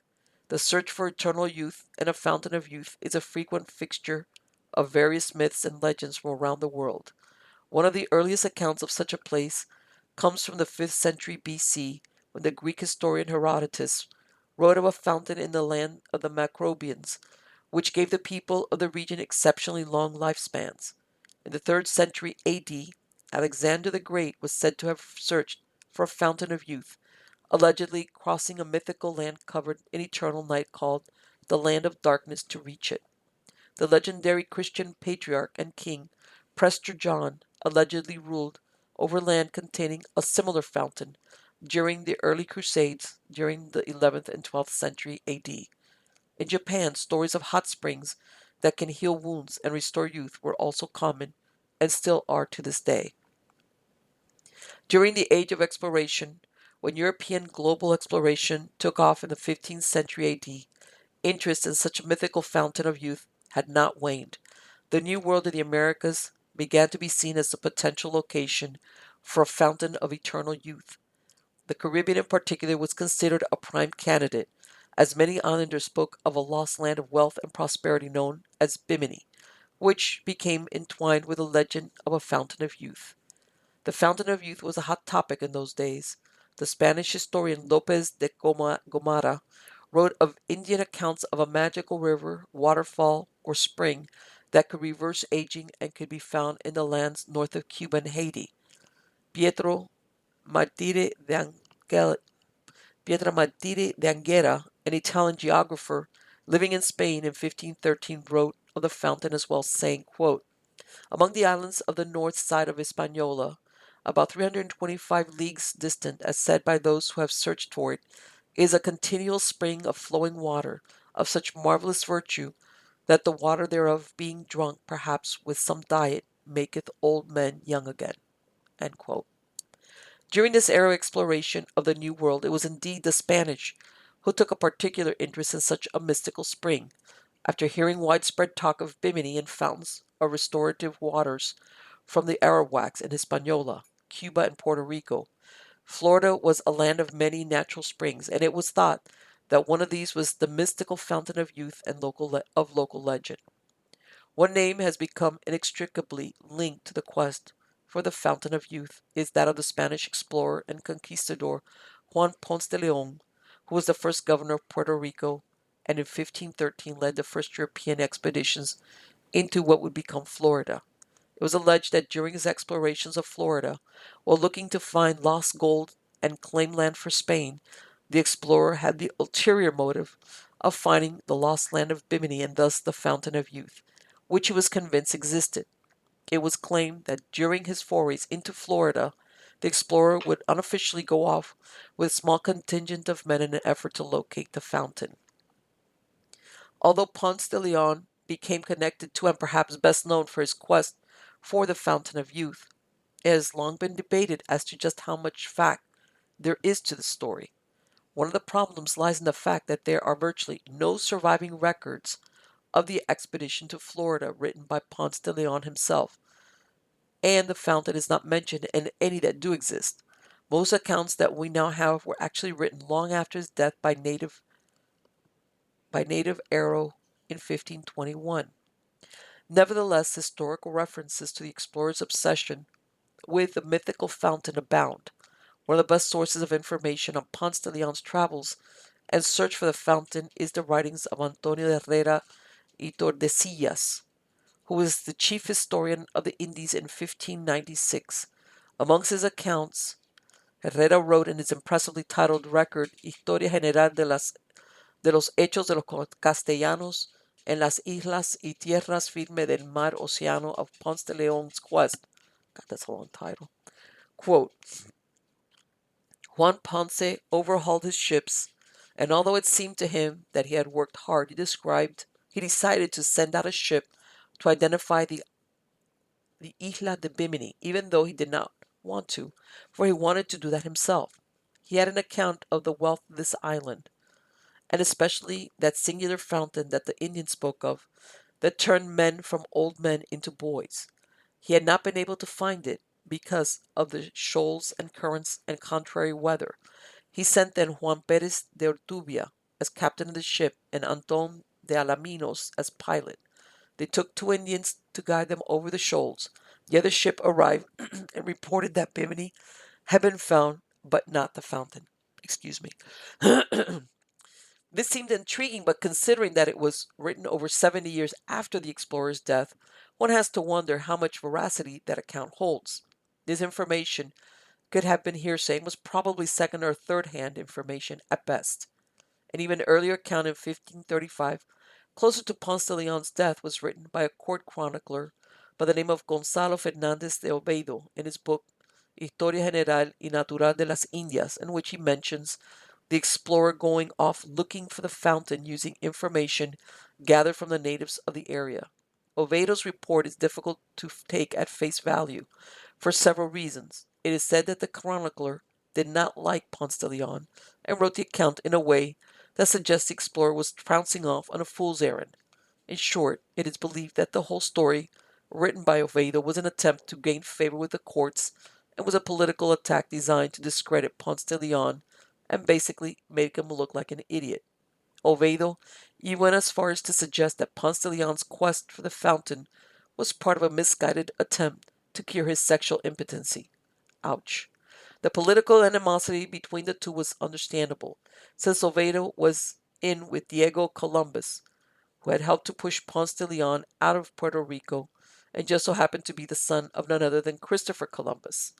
Due to this underlying rivalry, it is hard to know how reliable Oviedo's account is. Other historical accounts also make mention of Ponce de Leon's quest for the Fountain of Youth. In Francisco López de Gomara's Historia General de las Indias of 1551, the author describes Ponce de Leon's search for the fountain. In 1575, the author, Hernando de Escalante Fontaneda, wrote his memoir that the Fountain of Youth was located in Florida and that the Spanish explorer had gone looking for it there. Fontaneda claimed to have been a prisoner of local natives for 17 years as a boy and described the Indians as making use of a lost river that contained curative water, which he says Ponce de Leon was looking to find. Fontaneda's account has a very skeptical feel to it, and the author seems to doubt that finding the fountain was the explorer's first priority. Although there is a certain romantic element to the idea of Ponce de Leon going off in search of a fabled land and mystical springs in the jungles of ancient Florida, it is uncertain if it ever happened at all. In the end, we are left with scattered historical documents that were written after Ponce de Leon's death, and none of which were written by the explorer himself, leaving his true intent and what really happened lost to the mist of times. This uncertainty regarding the historical quest for the Fountain of Youth has not stopped the legend from enduring. Some even claim that the explorer was successful in his mission, indeed possibly still alive somewhere out there, enjoying his perpetual youth. To this day, there is a spring said to be the actual one that Ponce de Leon was searching for in St. Augustine, Florida, which is said to be the oldest city in the United States. The Fountain of Youth Archaeological Park in St. Augustine has become a popular tourist destination where visitors can drink cups of water from the fabled springs. The park has seen various important archaeological finds, such as an ancient cemetery and the ruins of missions dating back to the city's founding. Although the site undoubtedly has historical value, the elderly people who come to visit in droves have yet to miraculously regain their youth, and it is doubted that if Ponce de Leon ever even set foot in St. Augustine. Whether Ponce de Leon ever really did search for the Fountain of Youth, there has nevertheless been stories over the years of those who have claimed to have found it. In 1989, the author Charlie Carlson allegedly interviewed a man who claimed to be a member of a secret society that had located the Fountain of Youth and were tasked with protecting it. The interviewee claimed to be 93 years old, whereas Carlson described him as looking around 40. The man claimed that the fountain had been found sometime before 1845 and that it was his society's duty to make sure that it remained secret from the world. This anonymous informant reportedly offered proof to back up his claims in the form of census records for all of the members who had lived past 110 years old, of which there were quite a few. Someone apparently lived to be up to 122 years old, while appearing to be much younger, although many had died in accidents such as drowning, against which the magical waters offered no protection. Not a single one was found to have died of old age. Is there really a secret cabal of immortals out there who have drunk from the fountain and have pledged to eternally hide its secret? Nobody knows. While in modern days it will likely be genetics and storm cells and stem cells that lead to prolonged life, mankind's quest for immortality is not new and has taken many forms through the centuries, with various elixirs, magical charms, and famous artifacts such as the Philosopher's Stone, all reputed to grant everlasting life. Perhaps in the case of Florida's Fountain of Youth, there may be such a place tucked away among the many springs that are to be found here. Whether it is there or not, it is intriguing to imagine such wonders, and there will be those who will search no matter what, enamored with the notion that it could be possible to live forever. If only they could find it. Maybe there are even those who already have. If all of this isn't enough, how about a whole island of people enjoying immortality? Lying off the southernmost point of Europe is the tiny picturesque Greek island of Gavados.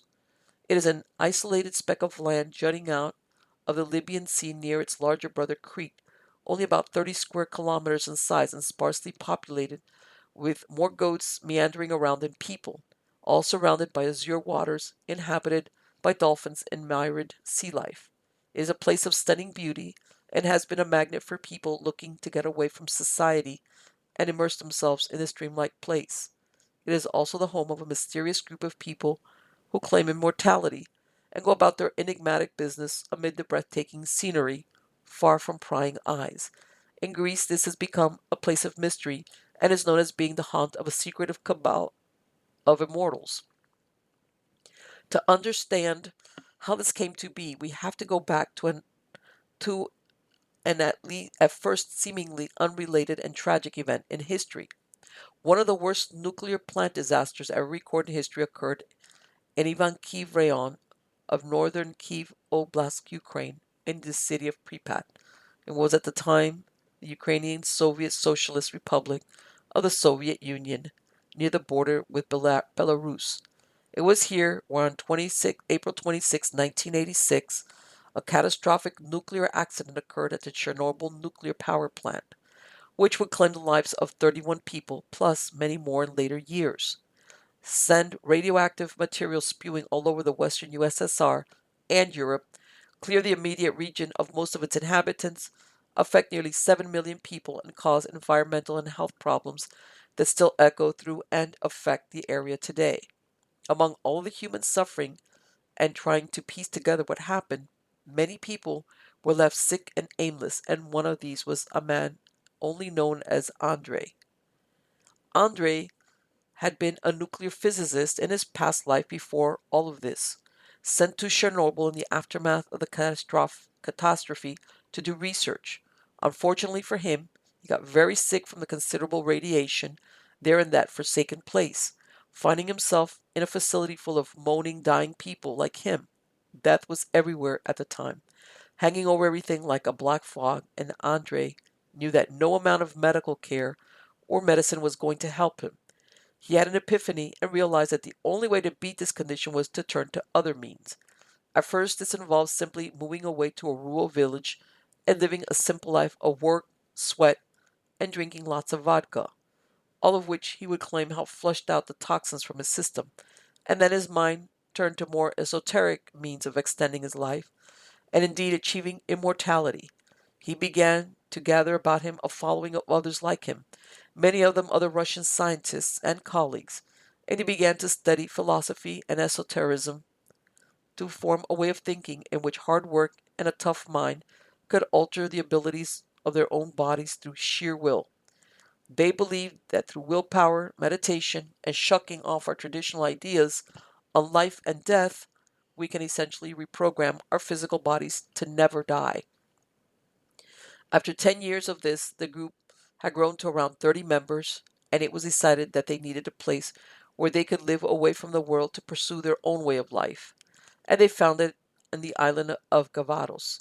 In the late 1990s, they relocated to the island, which at the time had only a transient population of dreamers, drifters, artists, and hippies, and set up a sort of self sufficient commune, growing their own food and living off the land. They also built mysterious laboratories where they went about experiments even at the same time that they performed rituals or ceremonies, all shrouded in secrecy and mystery.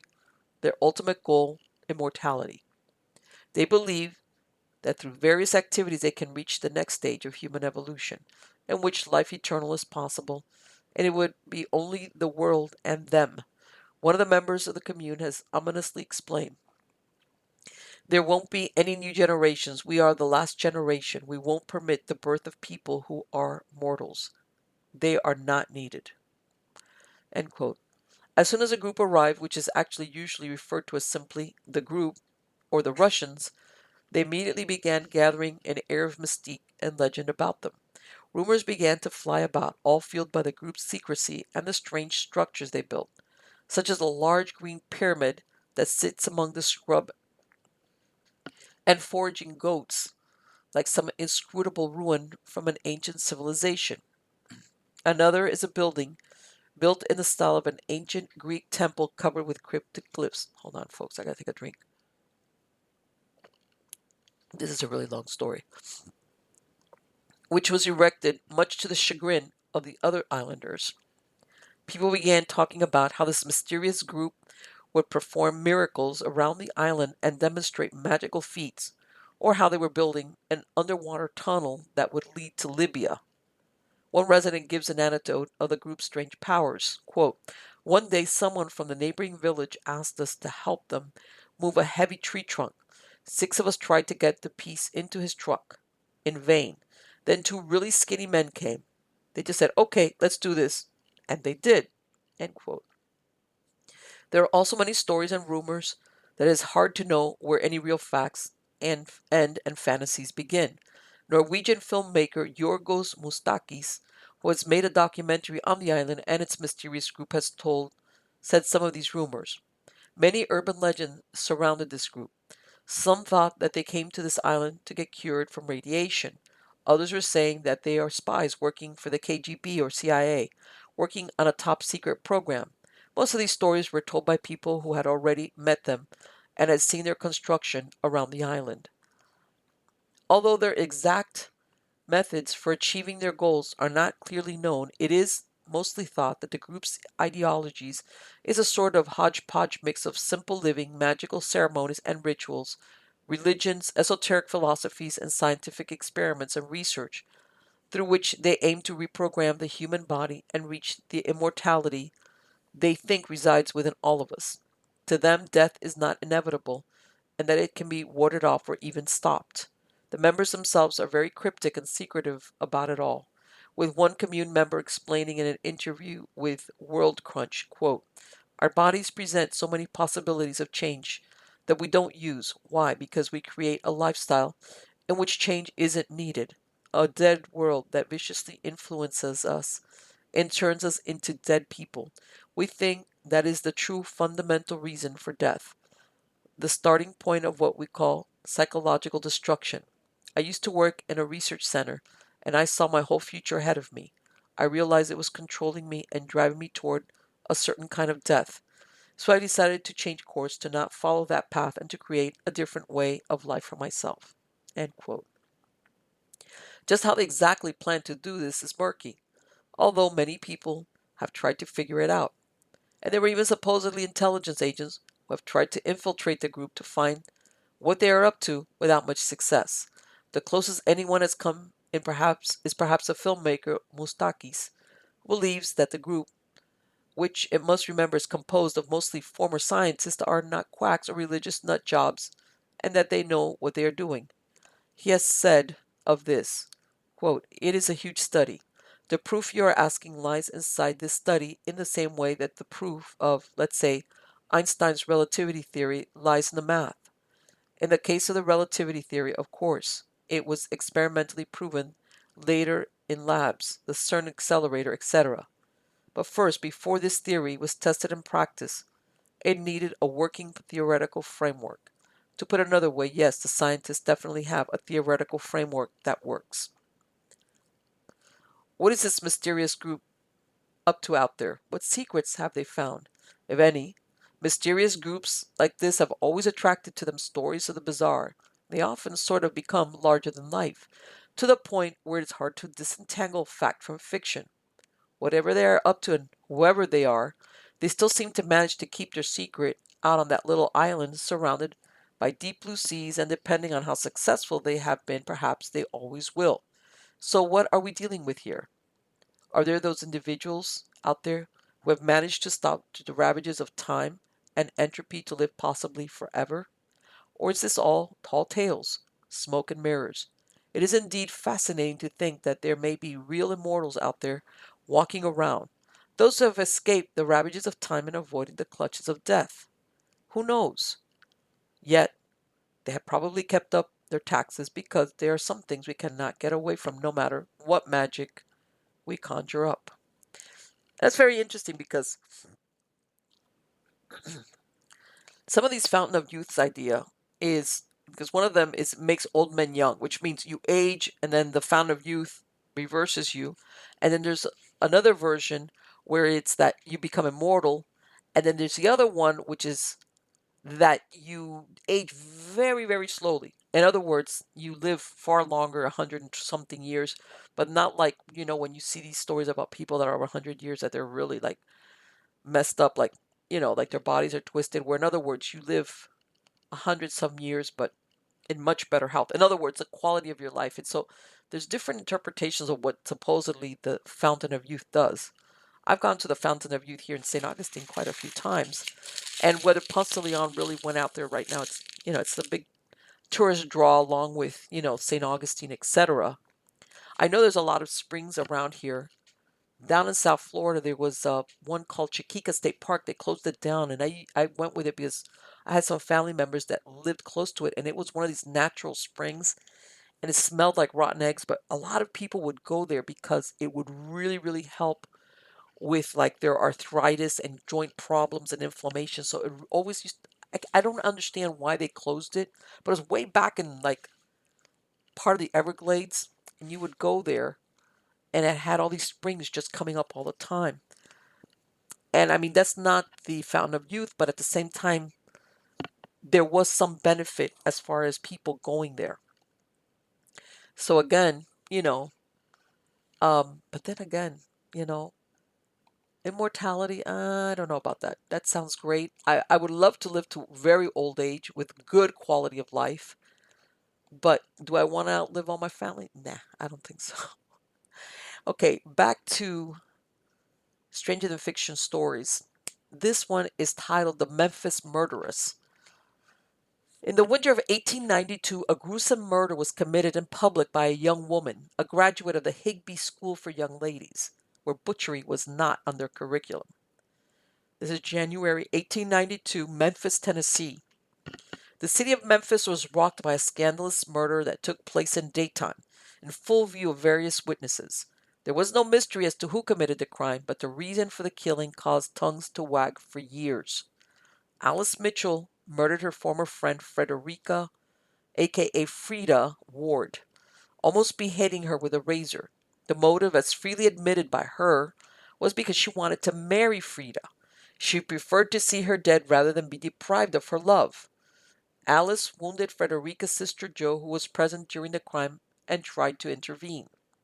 Lily Johnson, who rode with Alice Mitchell in the buggy and waited while the murder was committed, was also arrested. Frida was 17 and Alice was 19 years old. From the beginning, it was assumed Alice Mitchell was insane. Even though she was rational, in other respects, she was a slave to an abnormal passion. Others believed the crime was the act of a sane but morbidly sensitive woman with a violent, vindictive temper. People who knew Alice since childhood believed she was mentally unbalanced. She was affectionate only towards females, especially the ones she killed. Alice was described as indifferent to everybody, even members of her family. She learned slowly at school and was not of the mental age of her years.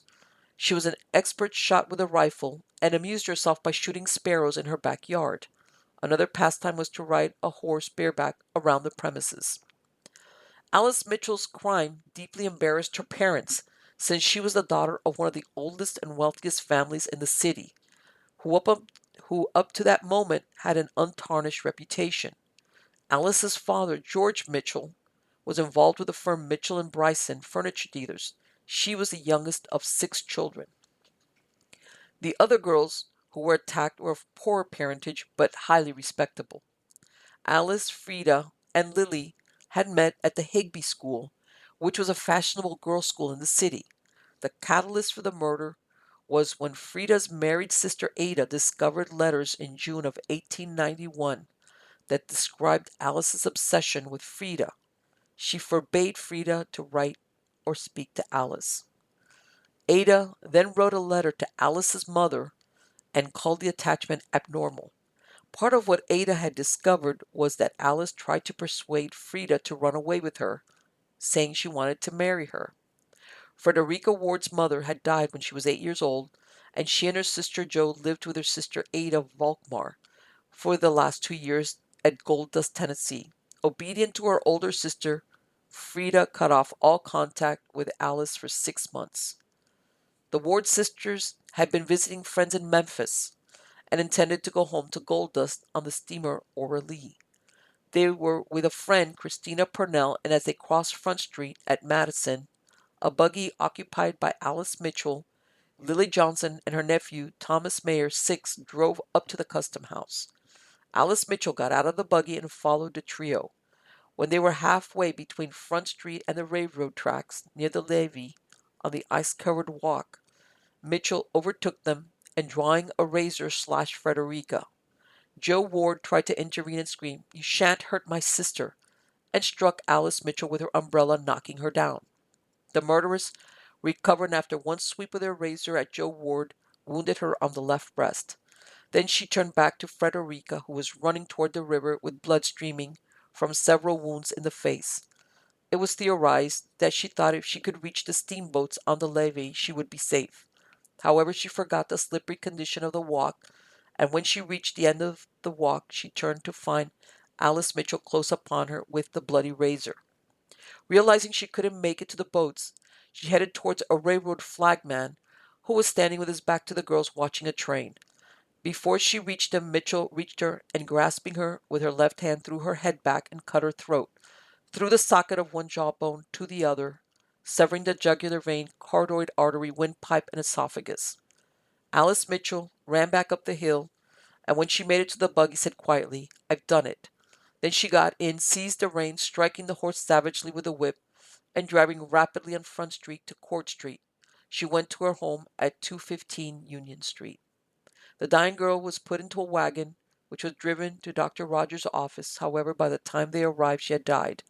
Joe Ward was attended by Dr. Kiley, which dressed her wounds. Right after, an inquest was held on the second floor of Stanton and Hinton's undertakers. Besides the cut to Frida's throat, there were 4 large cuts on the face and neck and 2 small ones. The first large cut was on the left cheek, which had been slashed to the bone.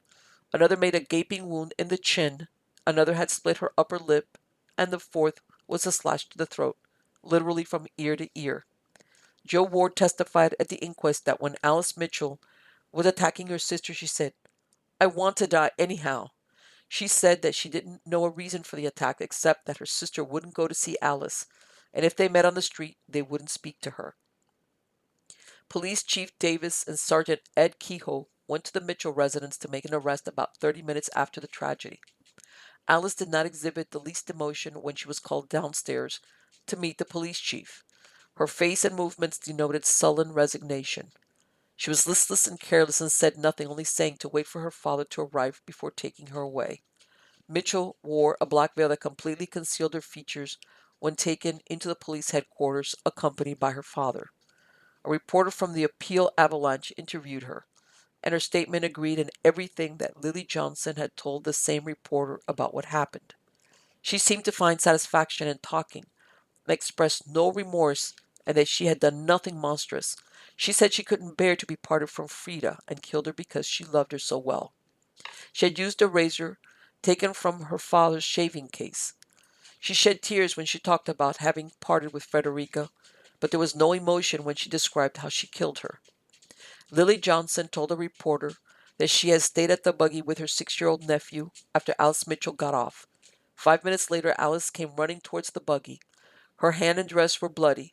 When she asked what happened, Alice Mitchell said, "I have cut Fred's throat.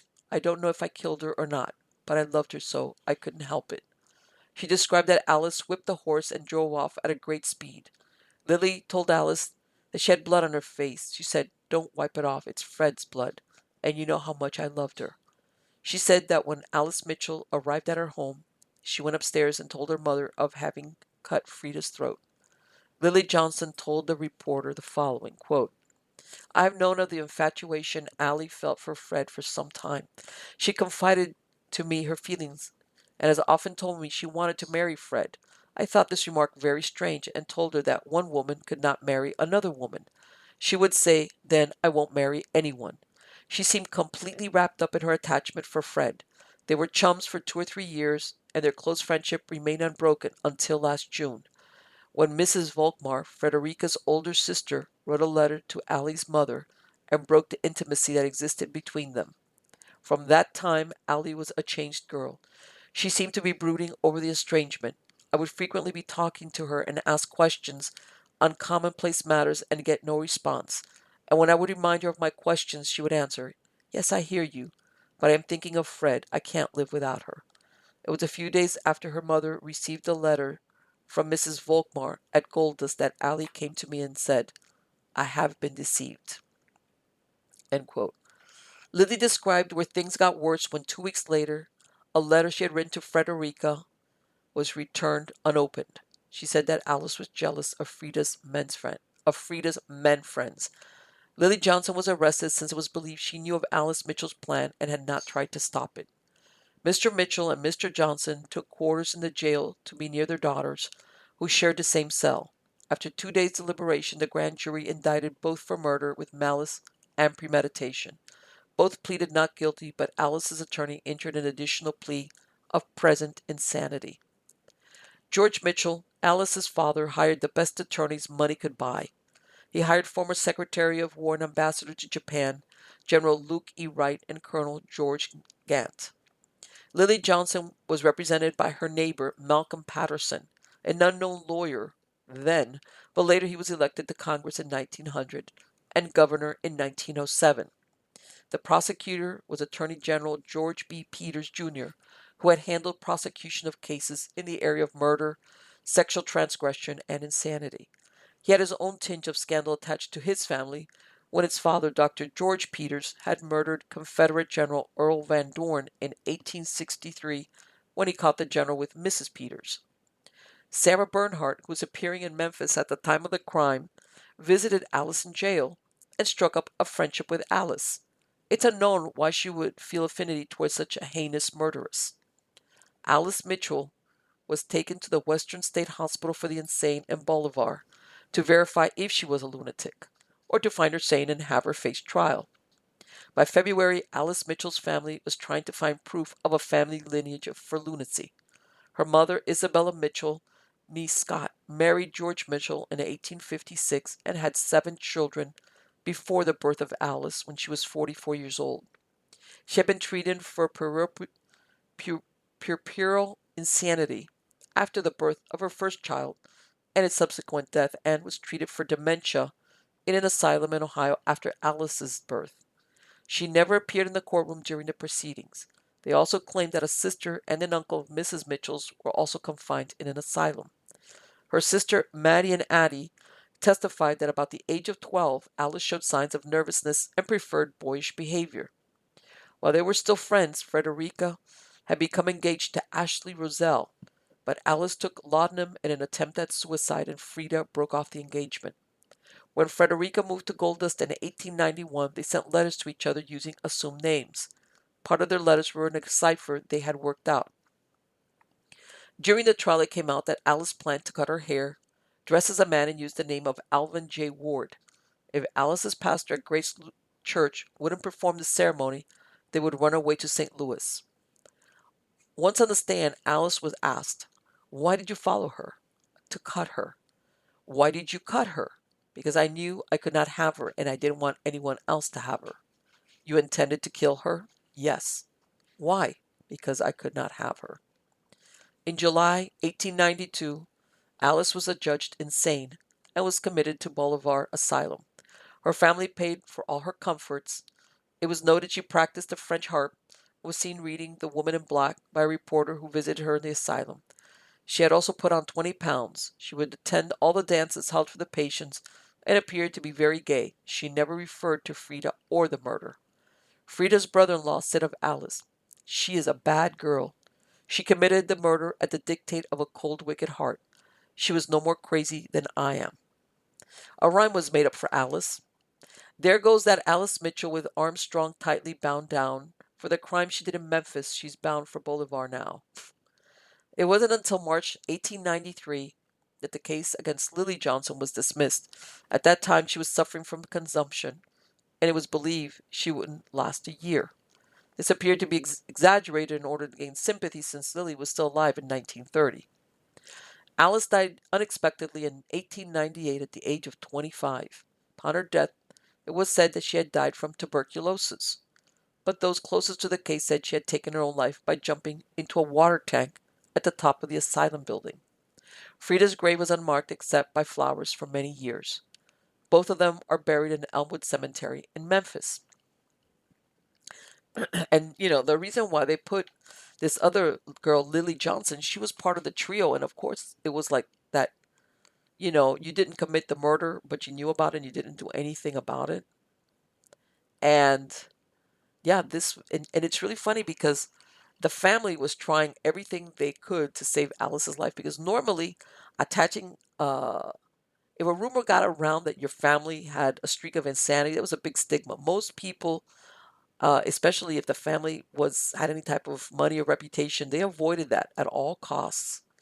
And for them to try to find all these insane members of their family spoke that they must have been desperate, because I guess they knew that if they could not uh, prove or insinuate or cast a doubt that she was really insane, that she was going to hang. And it goes to show you, she died when she was very young. This murder took place in 1892, 6 years later or less. She killed herself, because I do believe that thing about the consumption. I don't believe that. I probably what they that got out that she killed herself, that she jumped into the water tower and killed herself. But anyway, let's go back to this. This is a follow-up story, different but tied into this one, and it happened a few years afterwards. It's also at Stranger Than Fiction Stories, and it's titled A Fatal Name.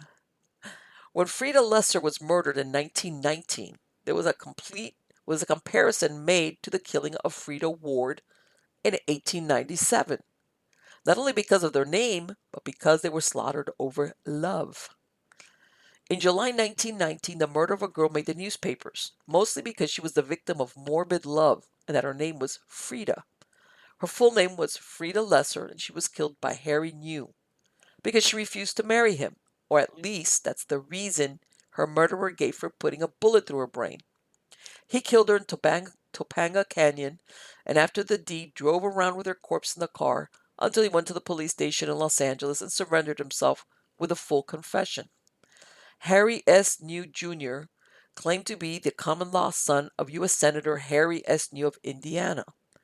When the scandal of the murder made the newspapers, Lily Scudderberger, his mother, said she had divorced Senator New 18 years before and that she had moved to Los Angeles.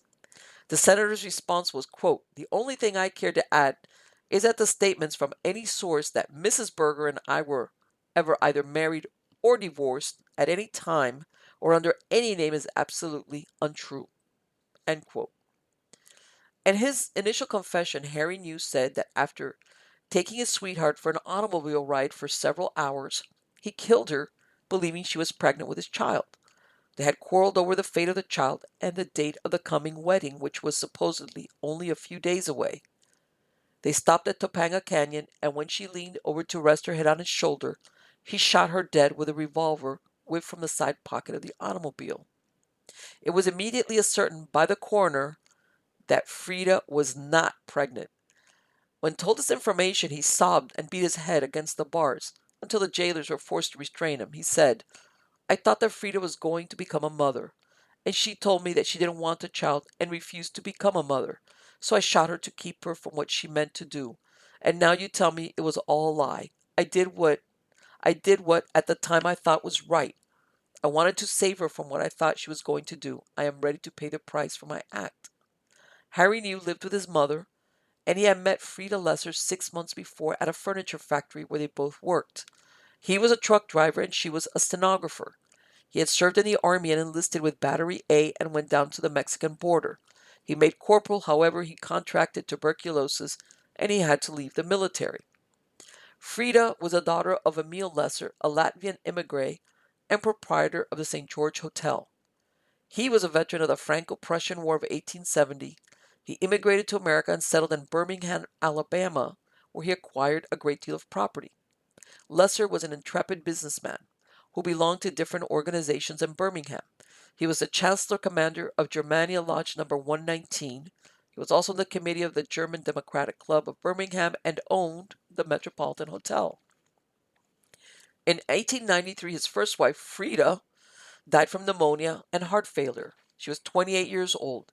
He married his second wife, Alice, in 1896, and they had Frida in 1899, which they named after Emil's first wife. Emil Lesser started working with the Mardi Gras carnival organizers in New Orleans, and by 1897 the Birmingham Carnival Society was organized, which had their own parade. Emil was the president of the society. The family was well off, and in 1907 Emil, with his wife and daughter, were touring Europe. For all the success that Emil Lesser had when living in Alabama, his luck turned when he came to Los Angeles. In 1912, He still had business interest in Birmingham, but had bought the St. George Hotel and lived there with his family. In June, the structure caught fire and 3 people died in the blaze. Emile, his wife and daughter, had to jump from a second-story window to escape the fire. His wife Alice broke her arm, shoulder, and 2 ribs. It wasn't until 1914 that the Lessers sold their home in Alabama and moved permanently to California.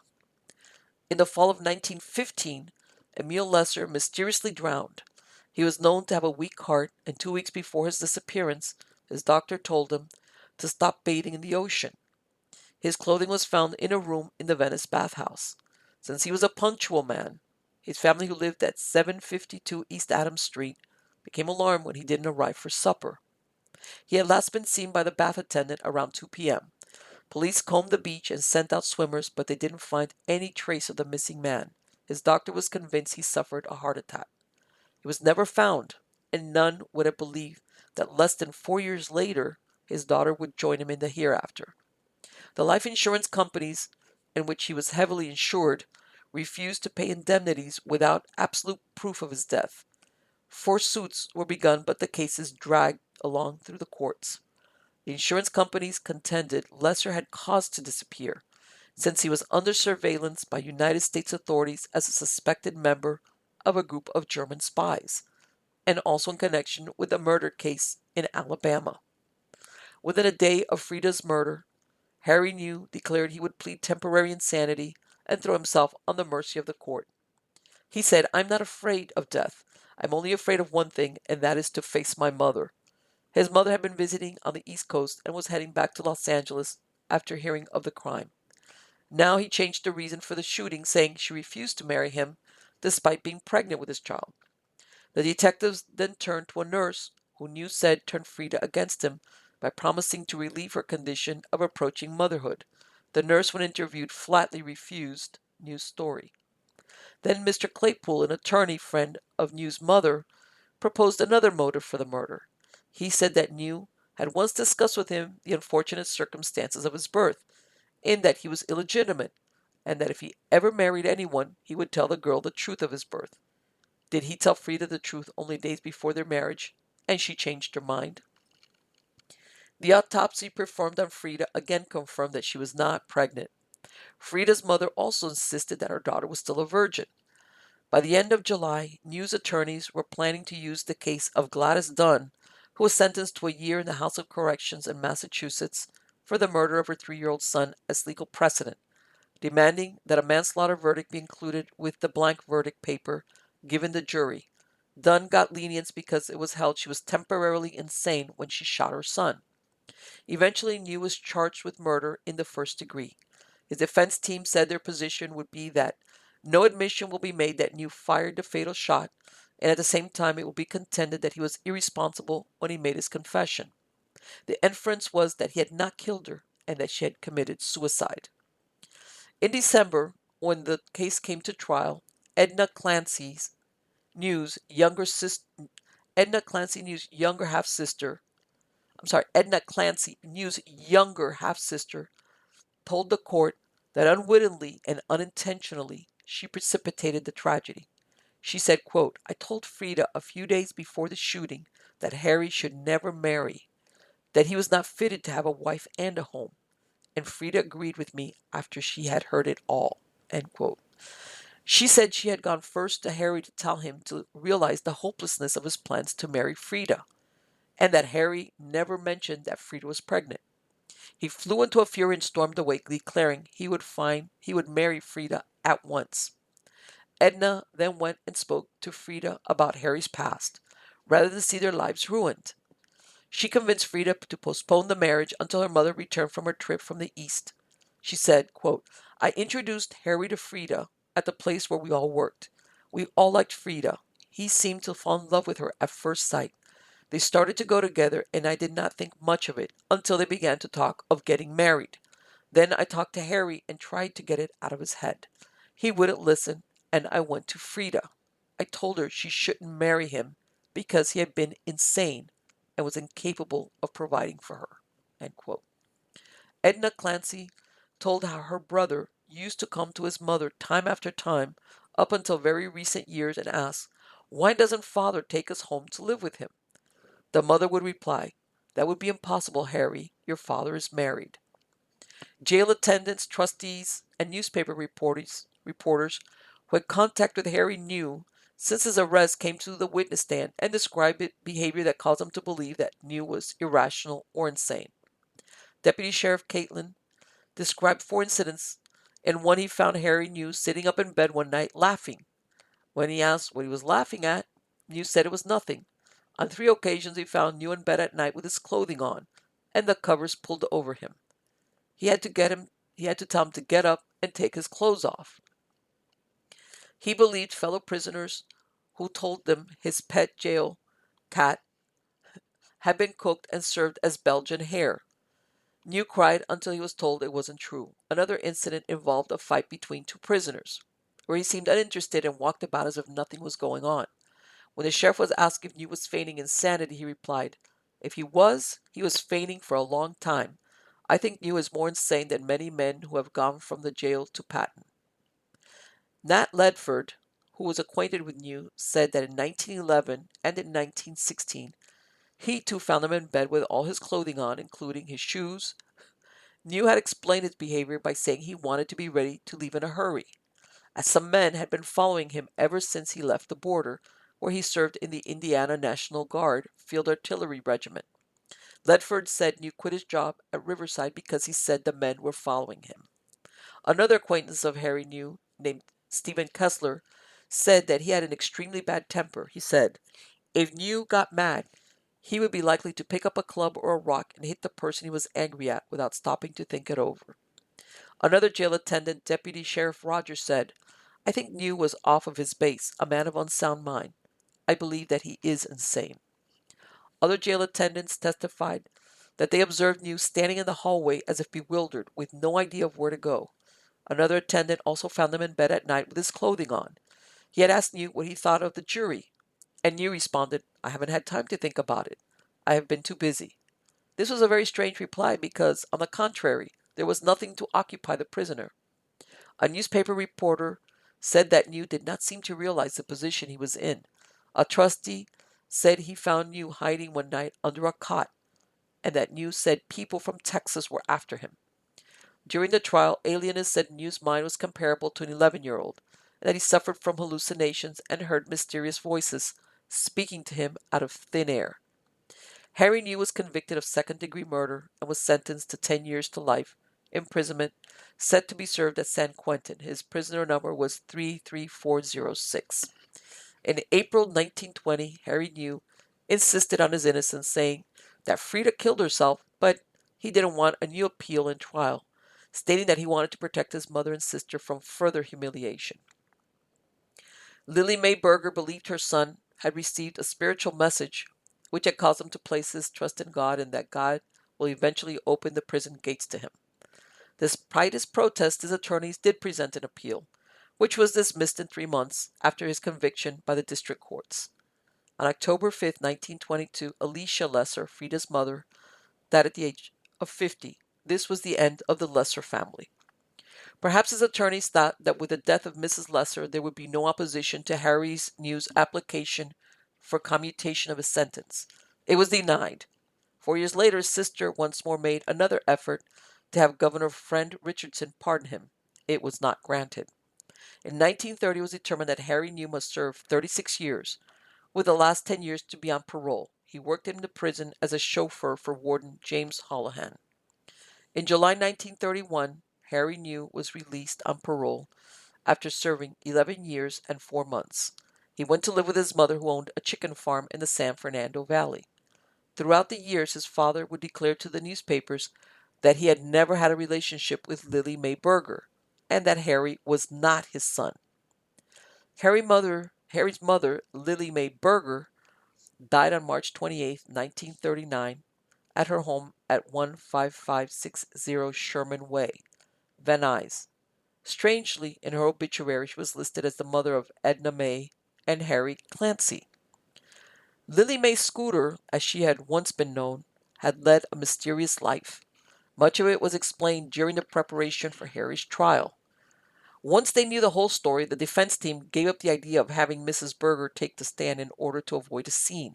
Their decision was based on a previous deposition where there was a discussion that insanity was alleged to have existed in Lily Berger's family of origin for a few generations. The one who supplied the information was her sister, Martha E. Scudder. She said their father, Edward Scudder, had been committed to an asylum for the insane. She described one time when an alarm for fire had sounded out at their home. She said her father jumped from the top to the bottom of a long flight of stairs and ran outside, leaving everyone behind, which included his young children. Martha described that her sister was irrational at times as well, even though she had never been examined by an alienist. Lily May was born in 1860 and she first married John Gund. It was during these years when Lily had her affair with Harry New. She had given birth to a son named Stuart New, who died in infancy. She then had Harry in 1888. It seemed that Lily's family were aware of the relationship and called the boy Little Harry, and his father Big Harry. Where was Lily's husband John Gunn during this time is unknown. By the way, during this time she was living in Indiana. That's how she and supposedly this senator got a hold of each other. Lily May resurfaced on September 29, 1897, when she was 37 years old. She married James Clancy, who was 8 years younger than her. Her name on the marriage certificate was Lily May Gund. Like Harry, there was no birth certificate for her daughter, Edna May Clancy, who was born 9 months before her parents married. Strangely, James Clancy died 2 months after the marriage in December 1897 under unknown circumstances. By the 1900 census, Lily May Clancy was living in Los Angeles in a boarding house on South Hill Street with her 2 children. On July 3, 1907, Lily married Samuel D. Berger in Oklahoma. Like James Clancy, her husband was 9 years younger than her. In 1910, they were still married, and he worked as a traveling salesman for a hardware company. However, within the next 10 years, the marriage has soured and they parted ways. In the 1920 census, Lily May identified herself as a widow when in reality she was a divorcee, which carried a stigma. Her daughter Edna lived with her. Samuel Berger, Lily's ex-husband, sought happiness with another woman. On October 11, 1922, he married Emma May Tranter, 12 years younger than him, and they lived in Los Angeles. They had a daughter, Betty May, however, he died in 1930. Edna May Clancy, whose unwise but good intentions seemed to have precipitated Frida's murder, outlived everyone. She died in 1987 at the age of 90. She married 3 times like her mother. Her first husband was John M. Hayes. On April 12, 1914, she married Charles J. Alforth on September 1, 1961. However, her surname was Butler, which indicates there was a second marriage to an unknown man. She never had any children. Fred Elicer's story unfolded against a backdrop of insanity, espionage, and infidelity, and ended with murder. The question begs to be asked, did Harry New kill his fiancée in a moment of insanity, or did he cold-bloodedly decide that if Frida couldn't be his, she would belong to no one? Again, it's this thing of the insanity. Normally in those times, whether it was the first story of Frida Ward or this other girl, it was avoided. Nobody ever wanted to talk about that. There's a big stigma unless you were trying to get out from being executed. Then you were crazy as a hare, and everybody in your family and was crazy. That was the only way. And apparently, I think what happened was that this girl, when she spoke to Harry New's sister or her future sister-in-law, and he told her, she told the girl, "Hey, do you know that he's insane?" And I think that girl, which they had been together, they had known each other for 6 months. I think she saw him and said, "I don't want to marry you." And supposedly they were like a week away from their wedding date. And she backed out, and I think he killed her because she was not kidding. And he just made up that thing about her being pregnant and the whole 9 yards versus facing. And she had her own sad history. And one thing that I found interesting was, like they said, that her father's body was never recovered after he went out swimming and disappeared and nothing could be found. It's true. When he in Alabama, this man was very, very well connected. He had businesses. He was into all like the equivalent of all the chambers of commerce, all the business organization. He had like he organized the equivalent of what you see in New Orleans, like the Mardi Gras, the different carnivals. I mean, he was a mover and a shaker in Birmingham. And you never can quite understand why, when he's the owner of a hotel, he's influential, he's doing well, they decide to move to Los Angeles. It never makes sense why he decided to do that. And also that thought that he was being looked at for in the sense of espionage. Because remember, these were the times, okay, this occurred 1919. These were right around the years right after World War One. A lot of things were. And was there any truth to it? Or was that the insurance companies making stuff up so that they didn't have to pay on his life insurances? I believe that of the four policies they had, only one of them finally gave her mom, the Mrs. Lesser, some money. But yeah, I think there was a lot to Mr. Lesser more than met the eye. But anyway, guys, I hope you like this last eerie news. I knew it was long, but I think they were all good stories. So please come back. I shall have more interesting and weird stories. Until next time.